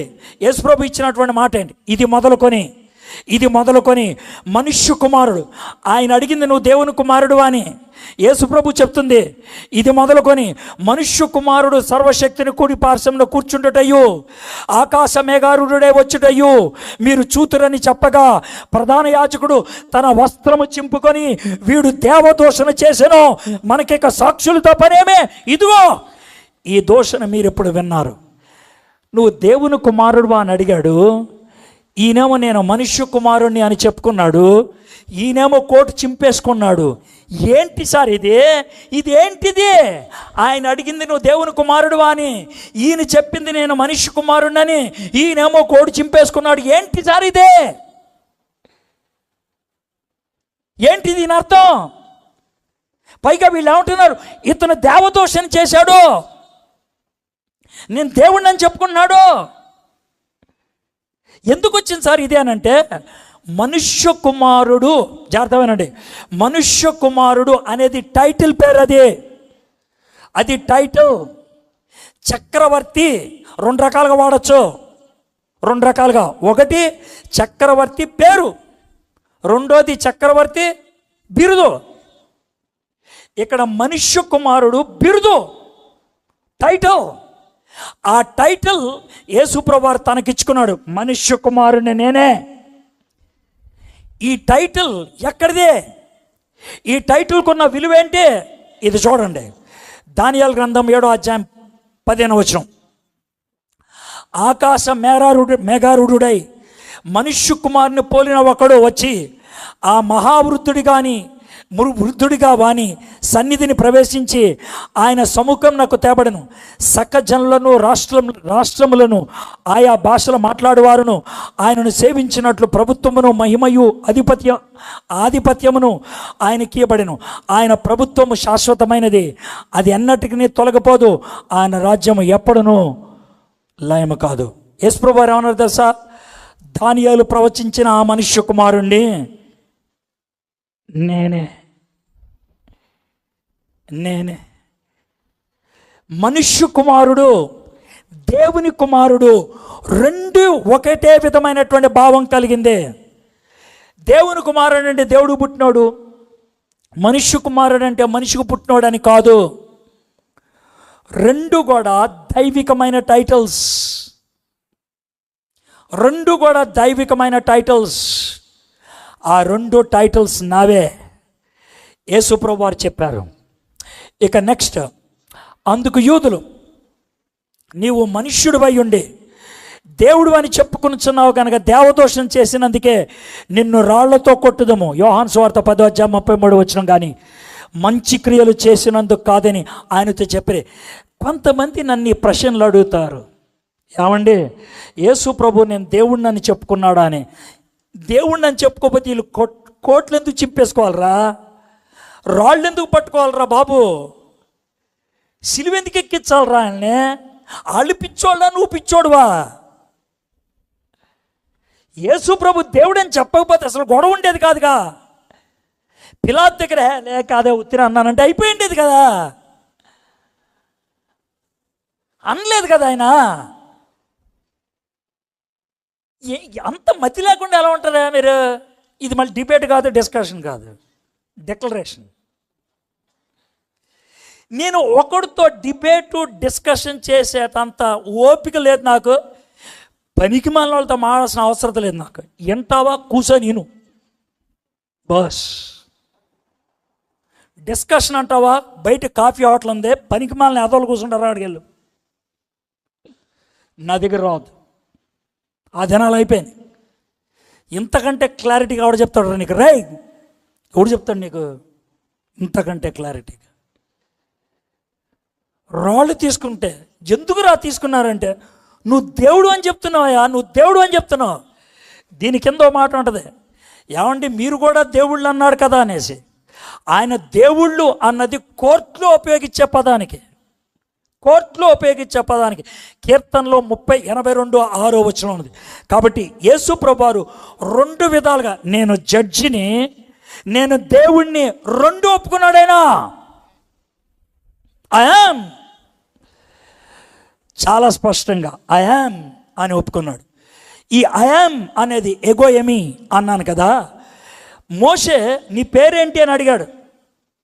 అప్పుడు దాకా దేవుడు తన పేరు చెప్పలేదు. అప్పుడు చెప్తున్నాడు, నేను ఉన్నవాడను అనువాడనై ఉన్నాను. ఐయామ్ అది నా పేరు, ఐయామ్ అది నా పేరు. ఎవడైనా సరే నువ్వెవడవరా అంటే ఐయామ్ తర్వాత ఏదో ఒకటి పెట్టాలి. I'm Edward, I'm Ravi Vincent, I'm so and so. కానీ దేవుడు ఐయామ్ అంతే, ఇంకేం చెప్పడైనా. నేనంటే నేనే, నేనంటే నేనే. నాకు పేరు పెట్టడానికి ఎవరికి లేదా? నీకెవడరా పేరు పెట్టింది? మా తాత. నీకెవడరా? మా బాబాయ్. నీకెవడరా? మా పిన్ని. నీకెవడరా? మా అత్త. మరి నాకెవడు లేడు, అత్త తాత బాబాయ్ మామయ్య ఎవడు లేడు పేరు పెట్టడానికి. నా ముందు ఎవడు లేడు నా పేరు పెట్టడానికి. నా పేరు ఎట్టేవాడు ఎవడు లేడా? నేనే. I'm, I'm. ఆ మాట దేవుడు ఒక్కడే ఉపయోగిస్తాడు, ఐయామ్ అనేది. ఐయామ్ అను, నేను ఉన్నవాడను. పాత నిబంధనలో యెహోవా తనను తాను ప్రత్యక్షపరచుకోవడానికి, తన నామాన్ని బయలుపరచడానికి ఉపయోగించింది. యేసుక్రీస్తు ప్రభువారు దాన్ని ఉపయోగించాడు తన కోసం. చూడండి, యోహాను 8:58 అబ్రహాము పుట్టక మునిపే ఉన్నాను నేనే. ఇంగ్లీష్లో అయితే అలా ఉంటుంది, బిఫోర్ అబ్రహాం వాజ్ ఐయామ్. నేనే ఐయామ్. తెలుగులోకి వచ్చేప్పటికి సెంటెన్స్ లాగా రాశారు, కానీ ఎలా చదవాలి తెలుసా? అబ్రహాము పుట్టక మునుపు ఉన్నాను నేనే. అది ఎగ్జాక్ట్ ట్రాన్స్లేషన్. మీతో నిశ్చయంగా చెప్తున్నాను. కాబట్టి చూడండి, వారు ఆయన మీద రువ్వుటకు రాళ్ళు ఎత్తిరి. ఎందుకు రాళ్ళు తీశారు సార్? ఎందుకు రాళ్ళు తీశారు? నేనే. కోపం వచ్చింది వాళ్ళకి, నేనే. కోపం వచ్చింది. యేసు ప్రభువారు నేనే అంటే 7 సార్లు ఉపయోగించాడు ఆయన, 7 times. జీవాహారం నేనే, నేను లోకమునకు వెలుగుని, నేను ద్వారమును, నేను గొర్రెలకు మంచి కాపరిని, పునరుద్ధానమును జీవమును నేనే, నేనే మార్గమును సత్యమును జీవమును, నేను నిజమైన ద్రాక్షావల్లిని, నేనే. సో 3 points అయిపోయినాయి. ఇప్పుడు 4th పాయింట్కి వద్దాం. శక్తిని ప్రదర్శించిన జీవితం. దీని గురించి ఎక్కువ మాట్లాడదలుచుకోవట్లేదు. ఎందుకో తెలుసా? జీసస్ క్రైస్ట్ అద్భుతాలు చేశాడు, నేను కాదనట్లేదు. అద్భుతాలు బట్టి ఆయన దేవుడు అని డైరెక్ట్గా ఎప్పుడు రుజువు చేసుకోలేదు. అద్భుతాలను బట్టి తన వైపు ఆకర్షించుకోవడానికి ఇష్టపడ్డాడు ఆయన. అద్భుతాలు బట్టి తన మాట వినేటట్లు చేసుకున్నాడు. అద్భుతాన్ని దేవుడు సైన్గా వాడుకున్నాడు, సూచన బోర్డుగా. దేవుడు 7 రకాలైనటువంటి అద్భుతాలు చేశాడు యేసుప్రభువారు. మొదటిది నీటిని ద్రాక్షారసంగా మార్చడం, ఇది పదార్థానికి సంబంధించింది.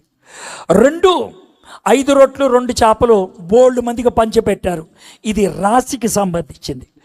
3 పుట్టుగుడ్డు వాడికి చూపునిచ్చాడు, ఇది నాణ్యత వాసికి సంబంధించింది. 4 లాజర్ను మృతుల్లో నుండి లేపుకున్నాడు తన కోసం, సంబంధం రిలేషన్. 5వది దూరము నుంచి అధికారిని యొక్క బిడ్డను స్వస్థపరిచాడు, స్పేస్. 38 సంవత్సరాలు చేతకాని వాడిగా పడిపోయిన వాడిని బాగు చేశాడు, సమయము, టైం.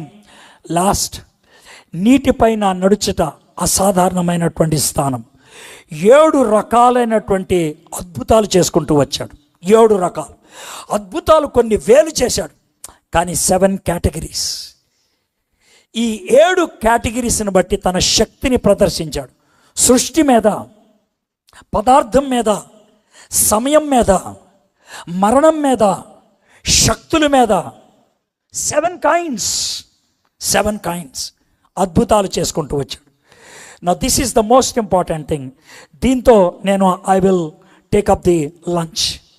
యేసు ప్రభువారు ఎందుకు వచ్చారు భూమి మీదకి? Why did you come? నేను మొదలుపెట్టి 86 minutes అయింది.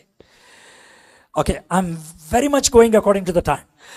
యేసు ప్రభువారు ఈ భూమి మీదకి ఎందుకు వచ్చారు? యేసు ప్రభువారు మన కోసం ఏం చేశాడు? What did he do? ఏం చేశాడండి యేసు ప్రభువారు? మీ దగ్గర బైబిల్స్ ఉంటే రోమీయులకు రాసిన పత్రిక 3వ అధ్యాయం ఒక 5-6 వచనాలు క్విక్గా చూస్తాం. ఒక సిరీస్ లాగా. ఆ వచనాలు మీరు తెలుసుకోండి. ఒకవేళ తీయడం బద్ధకం అయితే స్క్రీన్ మీద చూడండి. రోమీయులకు రాసిన పత్రిక 3వ అధ్యాయం 20వ వచనం జాగ్రత్త వినండి. ఏలయనగా ధర్మశాస్త్ర సంబంధమైన క్రియల మూలముగా ఏ మనుష్యుడును ఆయన దృష్టికి నీతిమంతుడని తీర్చబడడు. ధర్మశాస్త్రం వలన పాపమనగా ఎట్టుదో తెలియబడుచున్నది. నేను చదువుతాను అమ్మగారు, మీరు అంత ఆవేశపడిపోక్కర్లేదు, నాలాగా మీరు అవ్వక్కర్లేదు. నేను ఎలాగో పనికి మాల నాకు గొంతు పోయింది, మీరెందుకు పోగొట్టుకుంటారు, ఉంచుకోండి. ఓకే, ఈ వచనాన్ని మనం మన సమస్యగా ఆలోచిద్దాం. మనకు ఒంట్లో బాగాలేదు, ఎక్కడికి డాక్టర్ గారి దగ్గరికి వెళ్తాం. డాక్టర్ గారు థర్మామీటర్ ఉపయోగిస్తాడు, లేదంటే స్టెథోస్కోప్ ఉపయోగిస్తాడు. ఈ థర్మామీటర్ కానీ స్టెథోస్కోప్ కానీ ఉపయోగిస్తే ఆయనకి ఏం తెలుసుద్ది? నీకు జ్వరం ఉందో లేదో తెలుసుద్ది. I know this will happen. I know this will happen. When the cross comes, the Satan will be disturbed. I know. I know. Wow. What a moment it is. What a moment it is. ఎందుకని ఇప్పుడే current పోయింది అని ఏం ప్రశ్న ఎక్కర్లేదు. ఆడికి వణికి పుట్టింది ఇప్పుడు. This man is coming to the cross and he will declare why Jesus has come. He is worried. He is worried. Is there a substitute for this? అయ్యగారు,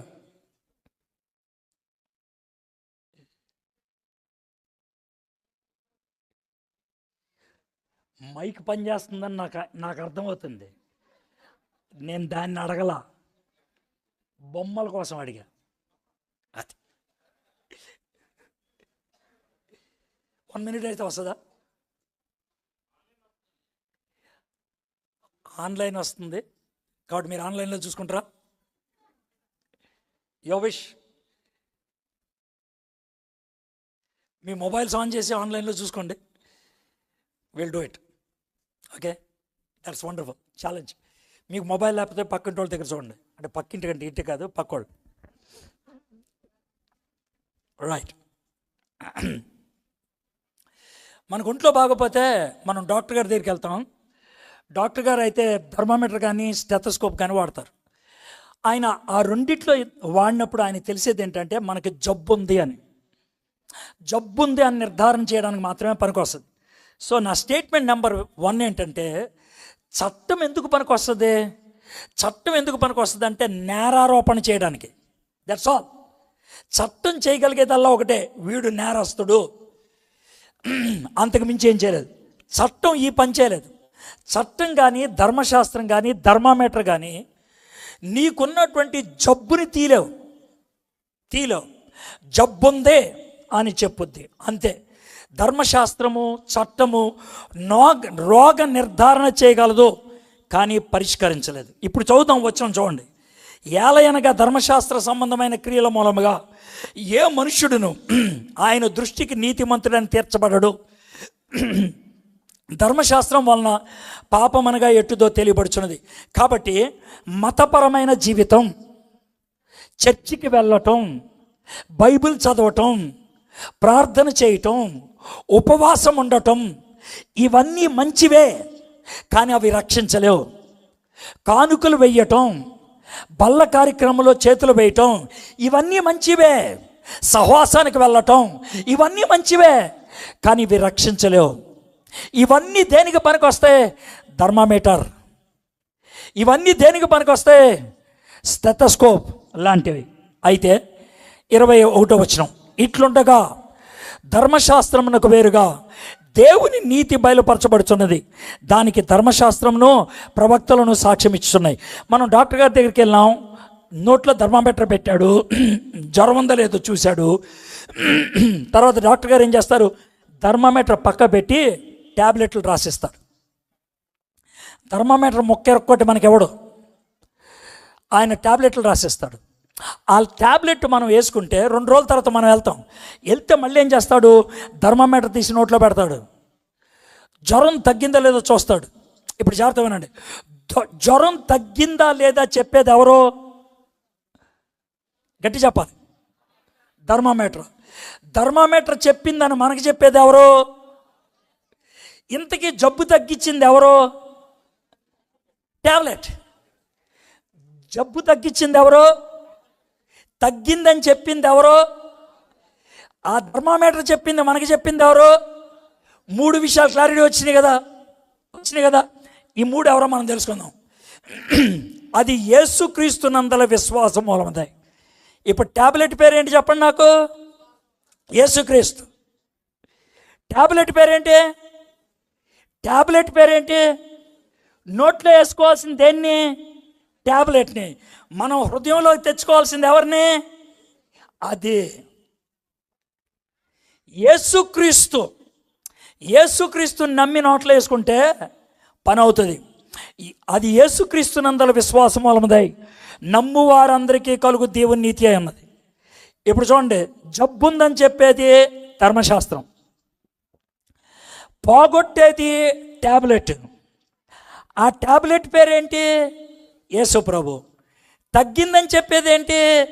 ధర్మశాస్త్రం. తగ్గిందని మనకి చెప్పేది ఎవరు? ప్రవక్తలు. అయిపోయిందా? ఈ టాబ్లెట్ ఎవరికి కావాలి? ఇది మీకు బొమ్మ రూపంలో చూపిస్తాను. ఇది పైన స్క్రీన్లో ఉంటే బాగుండేది, సాతాను గారికి తెలుసు. ఓకే, ఇది మన పొజిషన్. జబ్బు వచ్చింది, మనం ఏడుస్తున్నటువంటి మనల్ని విశ్వాసం చూపించమని అంటున్నాడు. విశ్వాసం అంటే ఏంటి? ప్రతి దాన్ని వదిలిపెట్టేసి ఆయన మీద ఆనుకోవటం. ఈ 2 బొమ్మలు చూస్తే మీకు అర్థమవుతుంది. పూర్తిగా యేసు ప్రభు మీద ఆనుకోవటం. ఇది మనం చేయాల్సింది. ఎవరు చేయాలి? అందరూ చేయాలి. ఏ భేదము లేదు. అందరినూ పాపం చేసి దేవుడు అనుగ్రహించు మహిమను పొందలేకపోతున్నారు. గుర్తుపెట్టుకోండి, అందరూ. 34 వస్తే వాడు పాసా ఫెయిలా? 32 వచ్చినాడు, 3 వచ్చినాడు. ఈ ముగ్గురులో తేడా ఏమన్నా ఉందా? ఉంది. వాళ్ళల్లో వాళ్ళు మాట్లాడుకుంటే. మీకు అర్థమైందా? వాళ్ళల్లో వాళ్ళు మాట్లాడుకుంటే తేడా ఉంది. 3 మార్కులు వచ్చినాడు, 32 వచ్చినాడు చూశాడు అనుకో, 32 వచ్చినాడు కాలు రెగరేస్తాడు. సిగ్గులేదురా నీకు? మరి 3 వచ్చాయి, నా 32 వచ్చాయి అంటాడు. 34 కూడా 32 కలిస్తే కూడా అంతే. సిగ్గులేదురా నీకు? నాకు 34 వచ్చినా, నీకు 32. మనం కొట్లాడుకునేది కూడా అలాగే ఉంటుంది. సార్ నేను తాగుతాను కానీ గొడవ చేయను సార్ ఆడికిలాగా. నేను తాగి గొడవ చేస్తాను కానీ ఆడికిలాగా పెళ్ళాన్ని కొట్టాను సార్. నేను తాగి గొడవ చేసి నా పెళ్ళాన్ని కొడతాను కానీ ఆడిలాగా పక్కింటోటి పెళ్ళాన్ని కొట్టను సార్. మీకు అర్థమైంది కదండి? ఇది ఫెయిల్ అయిన వాళ్ళ వాదన. మనం ఆ విధంగా వాదించుకునే బ్యాచ్. అందుకనే ఏమన్నాడంటే, అందరికీ ఇది వర్తిస్తుంది, ఏ భేదం లేదు. అందరూ పాపం చేసి దేవుడు అనుగ్రహించి మహిమను పొందలేకపోతారు. అలాంటి వాళ్ళకి సొల్యూషన్ ఏంటనంట? కాబట్టి నమ్మువారు ఆయన కృపచేతనే, గ్రేస్, దేవుడు కృప చూపించాడు. దేవుడు కృప చూపించాడు. గ్రేస్ అంటే ఏంటి? తప్పు చేశాను, తప్పు చేస్తే నన్ను కొట్టాలి, అది లా, చట్టం. కొట్టకుండా వదిలేస్తే దాన్ని మర్సీ, దయ. కొట్టకుండా వదిలేసిన వాడికి 10 రూపాయలు ఇస్తే అది గ్రేస్. సో దేవుడు మనల్ని కొట్లా, మర్సీ, పాడన్, క్షమించాడు. కానీ మనకేం చేశాడు తెలుసా? నిత్య జీవాన్ని అవ్వడానికి ఇష్టపడ్డాడు. గ్రేస్, ఆయన గ్రేస్. కాబట్టి కృపచేతనే క్రీస్తునందలి విశ్వాసం ద్వారా ఉచితముగా నీతిమంతులని తీర్చబడుటకు. నెక్స్ట్, అప్పుడు ఏమవుతుంది? మనకి ఏడ్చేవాళ్ళం, నవ్వేవాళ్ళం అవుతాం. బొమ్మ మారిపోయింది. 25-26 వచనాలు. పూర్వం చేయబడిన పాపములను దేవుడు తన ఓరిమ వలన ఉపేక్షించినందున ఆయన తన నీతిని కనపరచవలనని క్రీస్తు యేసు రక్తమునందల విశ్వాసము ద్వారా ఆయనను కరుణాదానముగా బయలుపరచును. దేవుడు అప్పటి కాలమందు తన నీతిని కనపరచు నిమిత్తం తాను నీతిమంతుడును యేసునందు విశ్వాసము గలవారిని నీతిమంతుడిగా తీర్చువాడినై ఉండుటకు ఆయన అలాగు చేశాను. ఒకవేళ రవి విన్సెంట్ గారు స్టేజ్ మీదకి వచ్చి, నేను మొట్టమొదటిసారిగా ఈరోజు మీటింగ్కి వచ్చాను అనుకుందాం, మీకు పరిచయం చేస్తున్నాడు. నా ప్రియమిత్రుడు ఎడ్వర్డ్ విలియమ్స్ గారు, మంచి వ్యక్తి, మంచి వక్త, సహృదయుడు, చాలా మంచివాడు. ఆయన మంచి సమరేటువంటి వాడు, నీతి న్యాయములు కలిగినటువంటి వాడు, బిన్ లాడెన్ గారి సొంత తమ్ముడు అన్నాడు అనుకోండి, నవ్వుతున్నారు. ఎందుకని? ఎందుకు నవ్వుతున్నారు? ఇప్పుడు జాగ్రత్త వినండి. అలా చెప్తే ఇప్పుడు మీకు డౌట్ ఎవరి మీదకి వస్తుంది? రవిశంకర్ గారి మీదకి వస్తుంది. నన్ను దుర్మార్గుణ్ణి దుష్టుణ్ణి పట్టుకొని దేవుడు మంచోడు అని అంటే కనుక ఇప్పుడు డౌట్ ఎవరి మీదకి వస్తుంది? దేవుడి మీదకి వస్తుంది. చూడండి, నేను క్రాస్ ఎందుకు వచ్చిందో మీకు చాలా చక్కగా చెప్తున్నాను. ఇప్పుడు దేవుడికి ఒక సమస్య వచ్చి పడింది. ఏంటి ఆ సమస్య అంటే, నిన్ను అంగీకరించాలి, ప్రపంచాన్ని ఒప్పించాలి, సాతాన్ని ఒప్పించాలి, నిన్ను రక్షించాలి. ఎలాగా? నేను నీతిమంతుణ్ణి, అన్యాయం చేయలేను. నేను ప్రేమమయుణ్ణి, నిన్ను కాదనలేను. అందుకే ఏం చేశాడంటే యేసు ప్రభువారు ఏం చేశాడంటే, అయ్యా వాడిని తీసుకోండి, మరి వాడు చేసిన తప్పులకే నేను రక్తం కారుస్తానులే. యేసు ప్రభువారు తన రక్తాన్ని కార్చాడు. యేసు ప్రభువారు తన రక్తాన్ని కార్చారు. ఇది ఆయన చేసినటువంటి పని. ఇప్పుడు మనమేమో విశ్వాసం చూపించాం, దేవుడేమో కృపను చూపించాడు, యేసు ప్రభు ఏమో రక్తాన్ని కార్చాడు. వచ్చిన రిజల్ట్ ఏంటి తెలుసా? మనము నీతిమంతులుగా తీర్చబడ్డాం. నీతిమంతులు అని అంటే ఏంటి తెలుసా? వీళ్ళకి పాపం లేని వాళ్ళు అని. వీళ్ళు పాపము చేసినవన్నీ కొట్టేశాం. అది నీతిమంతులుగా ఎంచబట్టం అంటే. మీరు ఇక్కడితో ఆపేస్తే కనుక ఒక తప్పుడు బోధలోకి వెళ్ళిపోతారు. జాగ్రత్త వినండి. ఇక్కడితో ఆపేస్తే ఒక తప్పుడు బోధలోకి వెళ్ళిపోతారు. ఏంటా తప్పుడు బోధ అంటే, నన్ను నీతిమంతులుగా తీర్చేశాడు, నేను ఏమైనా చేసేయచ్చు, నేను ఎట్లాగన్నా బతికేయచ్చు. అది ఈ మధ్యన ప్రబలుతున్నటువంటి ఒక తప్పుడు బోధ.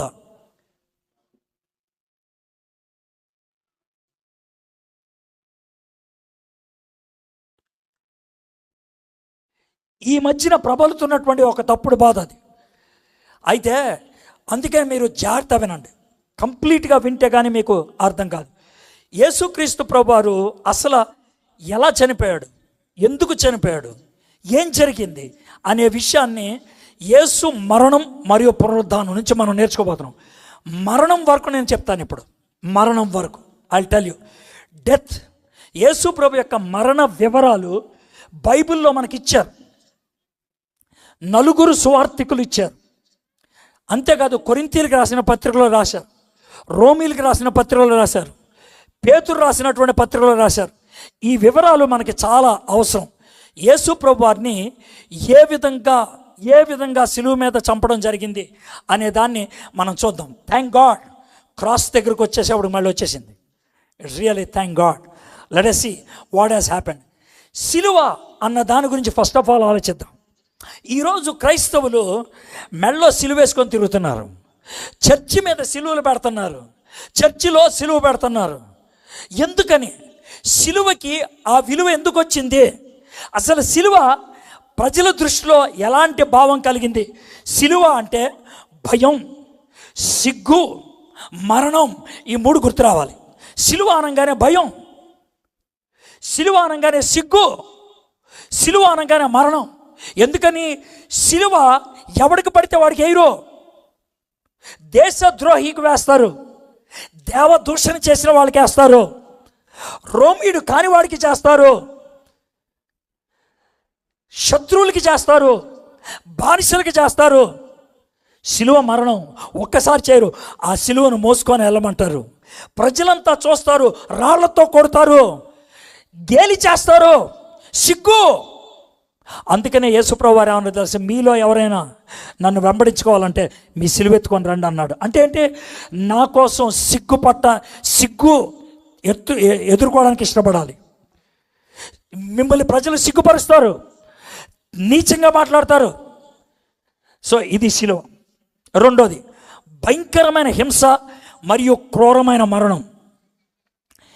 ఒక వ్యక్తిని కరెంటు షాక్తో చంపితే 5 సెకండ్లో చచ్చిపోతాడు. 5 seconds కరెంటు షాక్తో చంపితే. ఒక వ్యక్తిని ఉరేసి చంపితే 4 నిమిషాల్లో చచ్చిపోతాడు. 4 నిమిషాలు చచ్చిపోతాడు. అయితే ఒక వ్యక్తిని సిలువ మీద చంపితే ఆ వ్యక్తి కనీసం 6 రోజుల వరకు శిలువ మీద ఉంటాడు. 6 days 6 days 6 రోజుల దాకా చావడం. సార్ ఎందుకు 6 దగ్గర ఆగిపోయారంటే 7వ రోజు ఉండనివ్వరు. 6వ రోజున ఒకవేళ చావకపోతే అప్పుడు చంపేస్తారు. అందుకనే 6 రోజుల దాకా శిలువ మీద ఉంటాడు. నేను ఒక పురాతనమైనటువంటి డాక్యుమెంట్ చూశాను క్రాస్ గురించి. ఆ డాక్యుమెంట్లో ఒక పర్టికులర్ సన్నివేశం చూసి నాకు కళ్ళు వెంటనే మూసుకున్నాను. ఏంటే, ఒక వ్యక్తి శిలువ మీద ఎలా ఉంటాడు, అది యేసుప్రభు కాదు, శిలువ మరణం గురించి చూపిస్తున్నాడు. ఒక వ్యక్తి ఈ విధంగా ఉంటాడు, చేతులు 2, అయితే తన ముందు కొరడాతో కొట్టారు, అక్కడక్కడ మాంసం ముక్కలు బయటకు వచ్చేసి ఉన్నాయి. జాగ్రత్తగా ఉన్నాడు. ఒక గెద్ద మనోడు బతికే ఉన్నాడు. ఒక గెద్ద ఆ శిలువ మీద వాలి తన మాంసం ముక్కని లాక్కొని తీసుకెళ్ళిపోతూ ఉంటుంది. వీడు అరుస్తూ ఉంటాడు. అరుస్తూ ఉంటే ఆ గెద్ద వచ్చి ఇక్కడ నిలబడుతుంది. నిలబడి అది కొట్టే ప్రదేశం చూసినప్పుడు తట్టుకోలేపాను. కన్నును పొడిచి ఆ కంటిలోంచి వచ్చేటువంటి రసాన్ని తాగేసి కాకెళ్ళిపోయింది. వాడు బతుకున్నప్పుడే ఎంత భయంకరమో ఆలోచించండి, ఎంత క్రూరమైన మరణమో ఆలోచించండి. అంత క్రూరమైన మరణం ప్రపంచంలో ఇంకొకటి లేదంట. There is no other death verse then the crucifixion. 3వది బానిసలు మరియు తీవ్రవాదులకు మాత్రమే అది వర్తిస్తుంది. సరే, యేసు ప్రభుని పట్టుకున్నారు గురువారం సాయంత్రం. ఆయన్ని కోర్టుల చుట్టూ తిప్పడం మొదలుపెట్టారు. ప్రధాన యాజకుడి దగ్గర తీసుకెళ్లారు, పిలాత్ దగ్గర తీసుకెళ్లారు, హేరోద్ దగ్గర తీసుకెళ్లారు, మళ్ళీ పిలాత్ దగ్గర తీసుకెళ్లారు. పిలాత్ దగ్గరికి వాళ్ళు దేవాలయం ప్రెటోరియంలోకి వెళ్ళటానికి ఇష్టపడలేదు. ఎందుకంటే ఆ రోజు ప్రిపరేషన్ డే, సబ్బాతు ముందు రోజు. కాబట్టి మేము లోనకి రాం, మేము బయట ఉంటాం, యేసుప్రభుని లోనికి తీసుకెళ్ళండి అన్నారు. యేసుప్రభుని లోనికి తీసుకెళ్ళాడు, వాదించాడు, మళ్ళీ బయటికి తీసుకొచ్చాడు, చెప్పాడు, మళ్ళీ లోనికి వెళ్ళాడు. లోనికి బయటికి 6 సార్లు తిప్పాడు యేసుప్రభుని. యోహాను సువార్త 18వ అధ్యాయం చదివితే మీకు అర్థమవుతుంది. జీసస్ క్రైస్ట్తో పిలాతు సింగిల్గా ఉన్నాడు. సినిమాలో చూపించినట్లు జనాలు ఎవరు లేరు జనాలు, సింగిల్. లోన జనాలంతా బయట ఉన్నారు. అది సినిమా, ఇది నిజం. బయటికి లోనికి తిప్పుతా ఉన్నారు.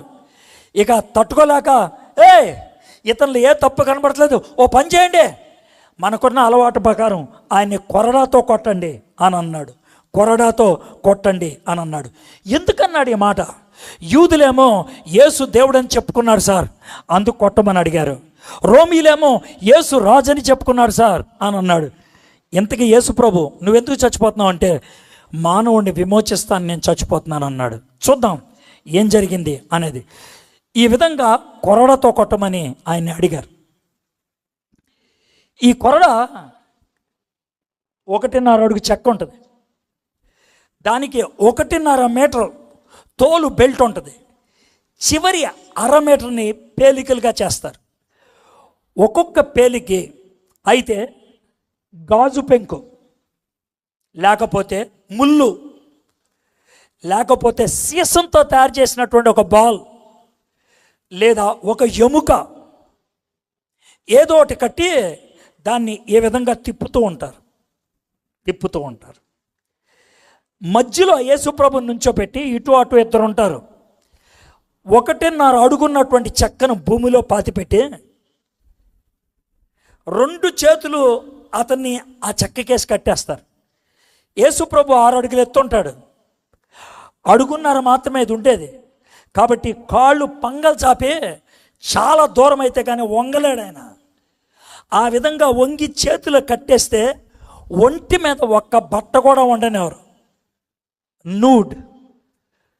పూర్తిగా నూడ్ అయిపోయాడు ఆయన. అంతకుముందు గెత్సెమనే తోటలో ఒక విచిత్రమైన సన్నివేశం జరిగింది. యేసు ప్రభువారు ఆవేదనతో ప్రార్థన చేస్తా, నా తండ్రి ఈ గిన్నె నా నుంచి దూరం చేయని అడిగాడు. అప్పుడు తన శరీరంలోంచి, ఇప్పుడు నాకు చెమట వస్తుంది, ఆ చెమట కాకుండా రక్తం వచ్చింది. ఇప్పుడు నాకు చెమట వచ్చింది, అప్పుడు ఆయనకి రక్తం వచ్చింది. దీన్ని స్వెట్టింగ్ అంటారు. కానీ యేసు ప్రభు ఇలా అంటే ఆయనకు వచ్చిన రక్తాన్ని హెమటోటోడ్రోసిస్ అంటారు. బీపీ తంది 240 దాటి ఉండాలి, అప్పుడు జ్వరం వచ్చి ఉండాలి, ఆయనకి శరీరం అంతా ఉబ్బిపోయి ఉండాలి, సున్నితమైన శరీరం. దాని మీద కొరడాతో కొడితే లోనకలా గుచ్చుకుపోతుంది అంతే. ఇటొకడు అటొకడు నుంచొని ఉంటాడు, ఎదురుగా శతాధిపతి కూర్చొని ఒకటి ఆనంగానే మీద పడుతుంది. పడిన తర్వాత వెనక్కి లాగరు, దాన్ని గుండ్రం తిప్పుతారు. ఎందుకని? ఈ విధంగా ఎక్కడ పడితే ఇలా తిప్పితే ఇలాగ దున్నినట్లు అవుతుంది. సో ఇటు నుంచి ఓడగొట్టాడు, ఇటు నుంచి ఓడగొట్టాడు, ఇటు నుంచి ఇంటూ ఆకారంలో అచ్చు పడతా ఉంటుంది. చిన్న చిన్న మాంసం మొక్కల మధ్యలోంచి ఎగురుతూ ఉంటాయి. డైమండ్ షేప్లో మాంసం మొక్కలు, డైమండ్ షేప్లో. 15 దెబ్బలు అయ్యేటప్పటికి కొంతమంది మూర్ఛిల్లిపోతారు. 25 దెబ్బలు అయ్యేటప్పటికి తట్టుకోలేక చచ్చిపోతారు. కానీ యేసు ప్రభువు వారు 39 దెబ్బలు అనుభవించారు ఆయన. ఎందుకంటే 40 అంటానికి వాళ్ళకి ఇష్టం లేదు, 39 దగ్గర ఆపేస్తారు. 39 దెబ్బలు ఆయన్ని కొట్టారు ఇలాంటి కొరడాతో. కొట్టిన తర్వాత యూఫోర్బియా మిలి, అది చెట్టు పేరు. ద క్రైస్ట్ థార్న్, ఆ చెట్టు పేరు. మా ఇంట్లో ఆ చెట్టు ఉంది బెంగళూరులో, మా ఇంట్లో తీసిన ఫోటో అది. అది యేసు ప్రభు నెత్తి మీద కిరీటంగా వాడినటువంటి కొమ్మ, ఆ చెట్టు. దాన్ని గుండ్రంగా చేస్తే ఇంతలా ఉంటుంది అది కొమ్మ. దాని ముళ్ళు చాలా షార్ప్గా ఉంటాయి. మా ఇంట్లో ఉన్నది లేతది, ముదిరిపోతే 1.5 అంగుళం దాకా ఉంటుంది ముళ్ళు. దాన్ని ఇక్కడ పెడితే ఉండదు, ఎక్కడొకటి ఎక్కడొకటి ఎక్కడొకటి ఎక్కడొకటి చెక్కతో గోడలోకి మేకు దింపినట్లు దింపుతారు. ఆ తర్వాత రక్తం కారి కళ్ళల్లోకి వస్తే కళ్ళు మూసేసుకుంటే గోప మీద కొట్టి నిన్నెవడు కొట్టాడురా అని ప్రవచించమని అడిగారు. ఆ తర్వాత కనూష్ అని రాజుగారు వేసే కోట ఇప్పించారు. అది ఇక్కడ దాకా ఉంటుంది, కిందంత నగ్నం. చెమ్కీలు ఉన్నటువంటి ఆ కోటు యొక్క చెమ్కీలు గాయాల సందులోకి వెళ్ళి తాగితే కదలలేడు ఆయన. చేతిలో ఒక ఖర్జూరపు మట్ట పెట్టారు, దాన్ని పట్టుకొని ఆయన అలా ఉంటే యూదులకు రాజు అని అపహసించారు. పేతురు ఇవన్నీ చూస్తూ ఉన్నాడు. యేసుప్రభు వారు ఒక్కసారి కూడా నోరు మెదపలేదు ఆయన. అందుకే ఆయన రాస్తున్నాడు 1 పేతురు 2వ అధ్యాయంలో, ఒక్కసారి కూడా నోరు మెదపలేదు ఆయన, ఒక్కసారి కూడా నోరు మెదపలేదని. ఆ తర్వాత ఆయన్ని సిలువెక్కించడానికి ఇష్టపడ్డారు. ఆ నిలువుగా ఉన్నటువంటి కర్రను సెడాయిల్ అంటారు, అడ్డంగా ఉండే కర్రను పెటుబిలం అంటారు. మూడోది సింప్లెక్స్, మనిషిని ఇలా కూర్చోపెడతారు. ఈ 2 చేతులకి అయితే తాళ్ళు కడతారు, లేకపోతే మేకులు కడతారు. ఒకవేళ ఇక్కడ కర్ర ముక్క లేకపోతే ఇవి చీలుకొని కిందకు వచ్చి పడిపోయి చచ్చిపోతారు. అందుకని ఈ కర్ర ముక్క పెడితే మనిషి ఎక్కువసేపు బతుకుతాడు, ఎక్కువసేపు బాధపడతాడు, ఎక్కువసేపు నొప్పి అనుభవిస్తాడు. అందుకనే ఆ చిన్న కర్ర ముక్క పెట్టి దాన్ని మొయ్యమన్నాడు, దాన్ని పెడతారు. అయితే సిలువ మోసినప్పుడు ఆయన మోసేది అడ్డకర్ణ మాత్రమే, పెట్టుబలం మాత్రమే. ఇది పూర్తి సిలువను మొయ్యరు. పూర్తి సిలువను మోస్తే కింద పడాల్సిన పని లేదు, దాని మీద ఆనుకోవచ్చు. పూర్తి అడ్డకర్ర మాత్రమే ఉంటుంది కాబట్టి ముందుకు పడిపోయాడు ఆయన. ఈ అడ్డకర్ర సుమారు 60 కేజీల దాకా ఉంటుంది, 60 కేజీలు, 2 బియ్య బస్తాలు ఆ బరువు. చాలాసార్లు ముందుకు పడిపోయాడు ఆయన. పైగా ఇది ఎలా ఉంటుందనంటే దున్నేటప్పుడు ఉపయోగిస్తారే ఆ విధంగా. సో ఆ విధంగా పెట్టుబలం మోసుకుంటూ ఆయన వెళ్ళాడు. ఆయన శరీరం ఈ విధంగా అయ్యుండి ఉంటుంది. దీనికి ఇంగ్లీష్లో ఒక పదాన్ని ఉపయోగించారు, ఎక్స్క్రూషియేటింగ్ అని. ఆ పదం ఎందుకు వచ్చిందో తెలుసా? అవుట్ ఆఫ్ ద క్రాస్, సిలువ వేదన నుంచి వచ్చినటువంటి పదం. ఎక్స్క్రూషియేటింగ్ పెయిన్, తట్టుకోలేనటువంటి నొప్పి. ఆ పదాన్ని సృష్టించిందే క్రాస్ని బట్టి. ఎక్స్క్రూషియేటింగ్ పెయిన్, ఆ భయంకరమైనటువంటి దాంతో ఆయన బాధపడ్డాడు. సో ఆ విధంగా ఆయన సిలువను మోసుకొని వెళ్ళాడు. ఆ తర్వాత ఇటు 2 5 అంగుళాల మేకు, ఒకటి 11 అంగుళాల మేకు కాలు మీద కాలేసి ఇక్కడ ఆపి 3 మేకులతో ఆయన్ని కొట్టి సిలువ మీద ఉంచారు. యేసు ప్రభు వారి సిలువ మీద 6 గంటలుండి 6 గంటల తర్వాత చనిపోయాడు. యేసు ప్రభు వారు ఎలా చనిపోయి ఉంటాడు? యేసు ప్రభు వారి యొక్క చావు చివరి క్షణాలు ఎలా ఉండుంటాయి? ఆయన శరీరం దున్నేసినట్లు అయిపోయింది. చాలా పెయిన్ఫుల్గా ఉంటుంది. ఆ టైంలో ఆయనకి కలుగుతున్నటువంటి వేదన, కొరడాతో కొట్టడం బట్టి యేసుకి హైపోవాల్మిక్ షాక్ కలిగింది. షాక్, కొట్టి హైపో అంటే లో, వాల్యూమ్, బ్లడ్, రక్తం అంతా బయటకు కారిపోయింది. ఇప్పుడు రక్తం లేదు, రక్తం తక్కువైపోయింది.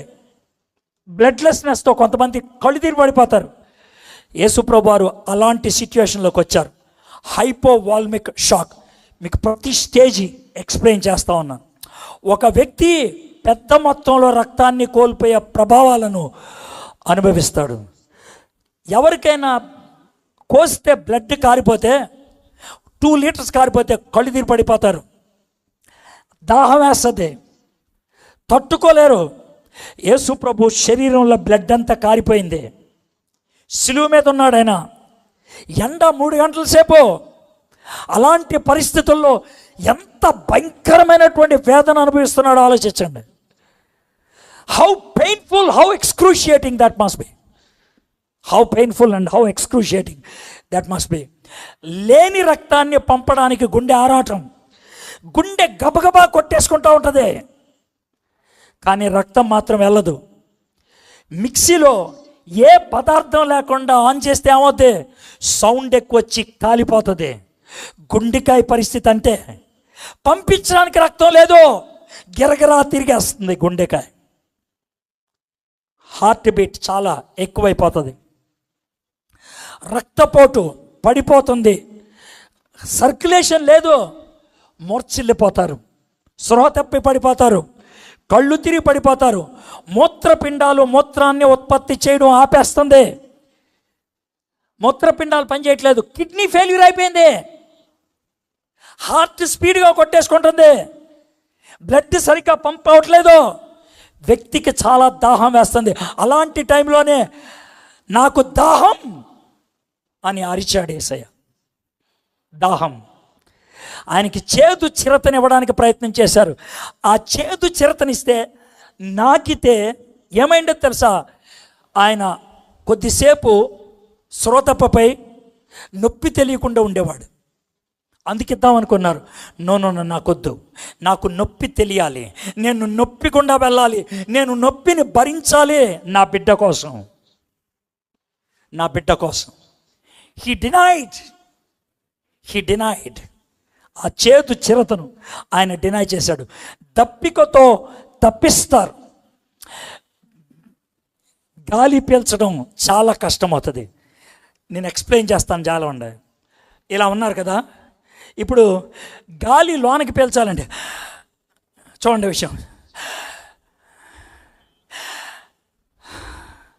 ఇప్పుడు గాలి పీల్చాలంటే నేను ఏమవ్వాలి? పైకి లేవాలి. ఎక్కడొక మేకుంది, ఎక్కడొక మేకుంది, 2 కాళ్ళకి మేకుంది అని అంటే పైకి లేవాలి. పైకి లేచినప్పుడల్లా గాయాలు చీల్తాయి, నొప్పి ఎక్కువ అవుతుంది. నిమిషానికి 12 సార్లు అనాలి. అనలేను, నొప్పి వస్తుంది, తగ్గించేస్తాను. 5 సార్లు, 6 సార్లు, 6 సార్లే అంటాను. లోనికి ఆక్సిజన్ తక్కువైపోయింది, శరీరంలో ఆక్సిజన్ తక్కువైపోయింది, బ్లడ్ తక్కువైపోయింది, కిడ్నీ ఫెయిల్ అయిపోయింది, సిస్టమ్ నెమ్మదిగా పనిచేయటం ఆగిపోతుంది. యేసుక్రీస్తు ప్రభువారు శిలువ మీద సమాప్తమైనది అని అరిచాడు ఆయన. ఎందుకు? తెలిసిపోతుంది తన ప్రాణం పోతుందని. సమాప్తమైనది. హి was able to say that. సమాప్తమైనది. It is finished. ఏమి సమాప్తమైనది? నువ్వు నేను చేసిన ప్రతి దరిద్రమైన పాపానికి వెల చెల్లించటం సమాప్తమైనది. రక్తము కార్చటం సమాప్తమైనది. పాపాన్ని క్షమించటానికి వెల చెల్లించటం సమాప్తమైనది. తండ్రి, నీ చేతికి నా ఆత్మను అప్పగించుచున్నాను. యేసయ్యా, ఈ లోకంలోకి ఎందుకు వచ్చావంటే నీకోసం చచ్చిపోవడానికి వచ్చాను అన్నాడు. నా కోసం నువ్వు ఎందుకు చచ్చిపోవాలి? నేను చచ్చిపోతే నువ్వు చచ్చిపోతావు. నీ చావు నాకు ఇష్టం లేదు, అందుకే నేను చచ్చిపోవడానికి వచ్చాను. నువ్వు చచ్చిపోతే ఏమవుతుంది? నా చావుని నీ చావుగా స్వీకరిస్తే నిత్య నాశనంలోకి వెళ్ళాల్సిన పని లేదు. మరణాన్ని దాటి జీవంలోకి నువ్వు రాగలుగుతావు. మై ఫ్రెండ్స్, ఈ మధ్యాహ్నం నేను మిమ్మల్ని అడగగలిగేటువంటి ప్రశ్న, ఆ యేసయ్య ప్రవచనాలకు నెరవేర్పుగా ఈ లోకములోకి వచ్చాడు. పాపము లేకుండా కన్యక ద్వారా పుట్టాడు. పాపము లేనివాడని సవాలు విసిరాడు. జీవితాన్ని చూపించాడు. అద్భుతాలు చేశాడు. ఐదోది, అతి ప్రాముఖ్యమైనది, నా పాపానికి వెల చెల్లిస్తూ సిలువ మీద ప్రాణాన్ని అప్పగించుకున్నాడు. ఆయనది సూసైడ్ కాదు, ఆయనది మర్డర్ కాదు, ఆయనది సాక్రిఫైస్. సూసైడ్ కాదు, ఎందుకు? చేత కాకుండా చచ్చిపోలేదు. మర్డర్ కాదు, ఎందుకంటే ఆయన్ని చంపేసిన వాళ్ళు ఆయనకంటే గొప్పోళ్ళు కాదు. ఆయన సాక్రిఫైస్, తన్ను తాను అప్పగించుకున్నాడు నీ కోసం, నా కోసం. He died in your place, he died in my place.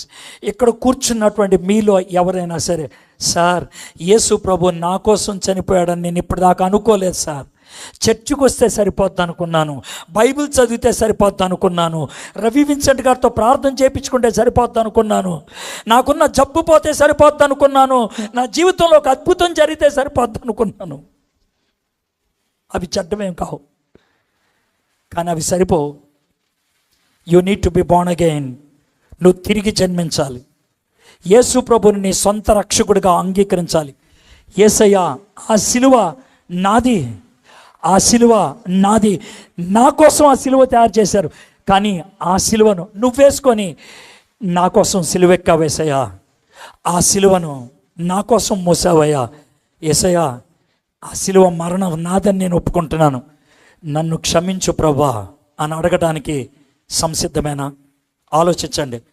నేను మిమ్మల్ని ప్రార్థన చేయండి అని నేను అడగను, తలంచుకోండి అని నేను అడగను.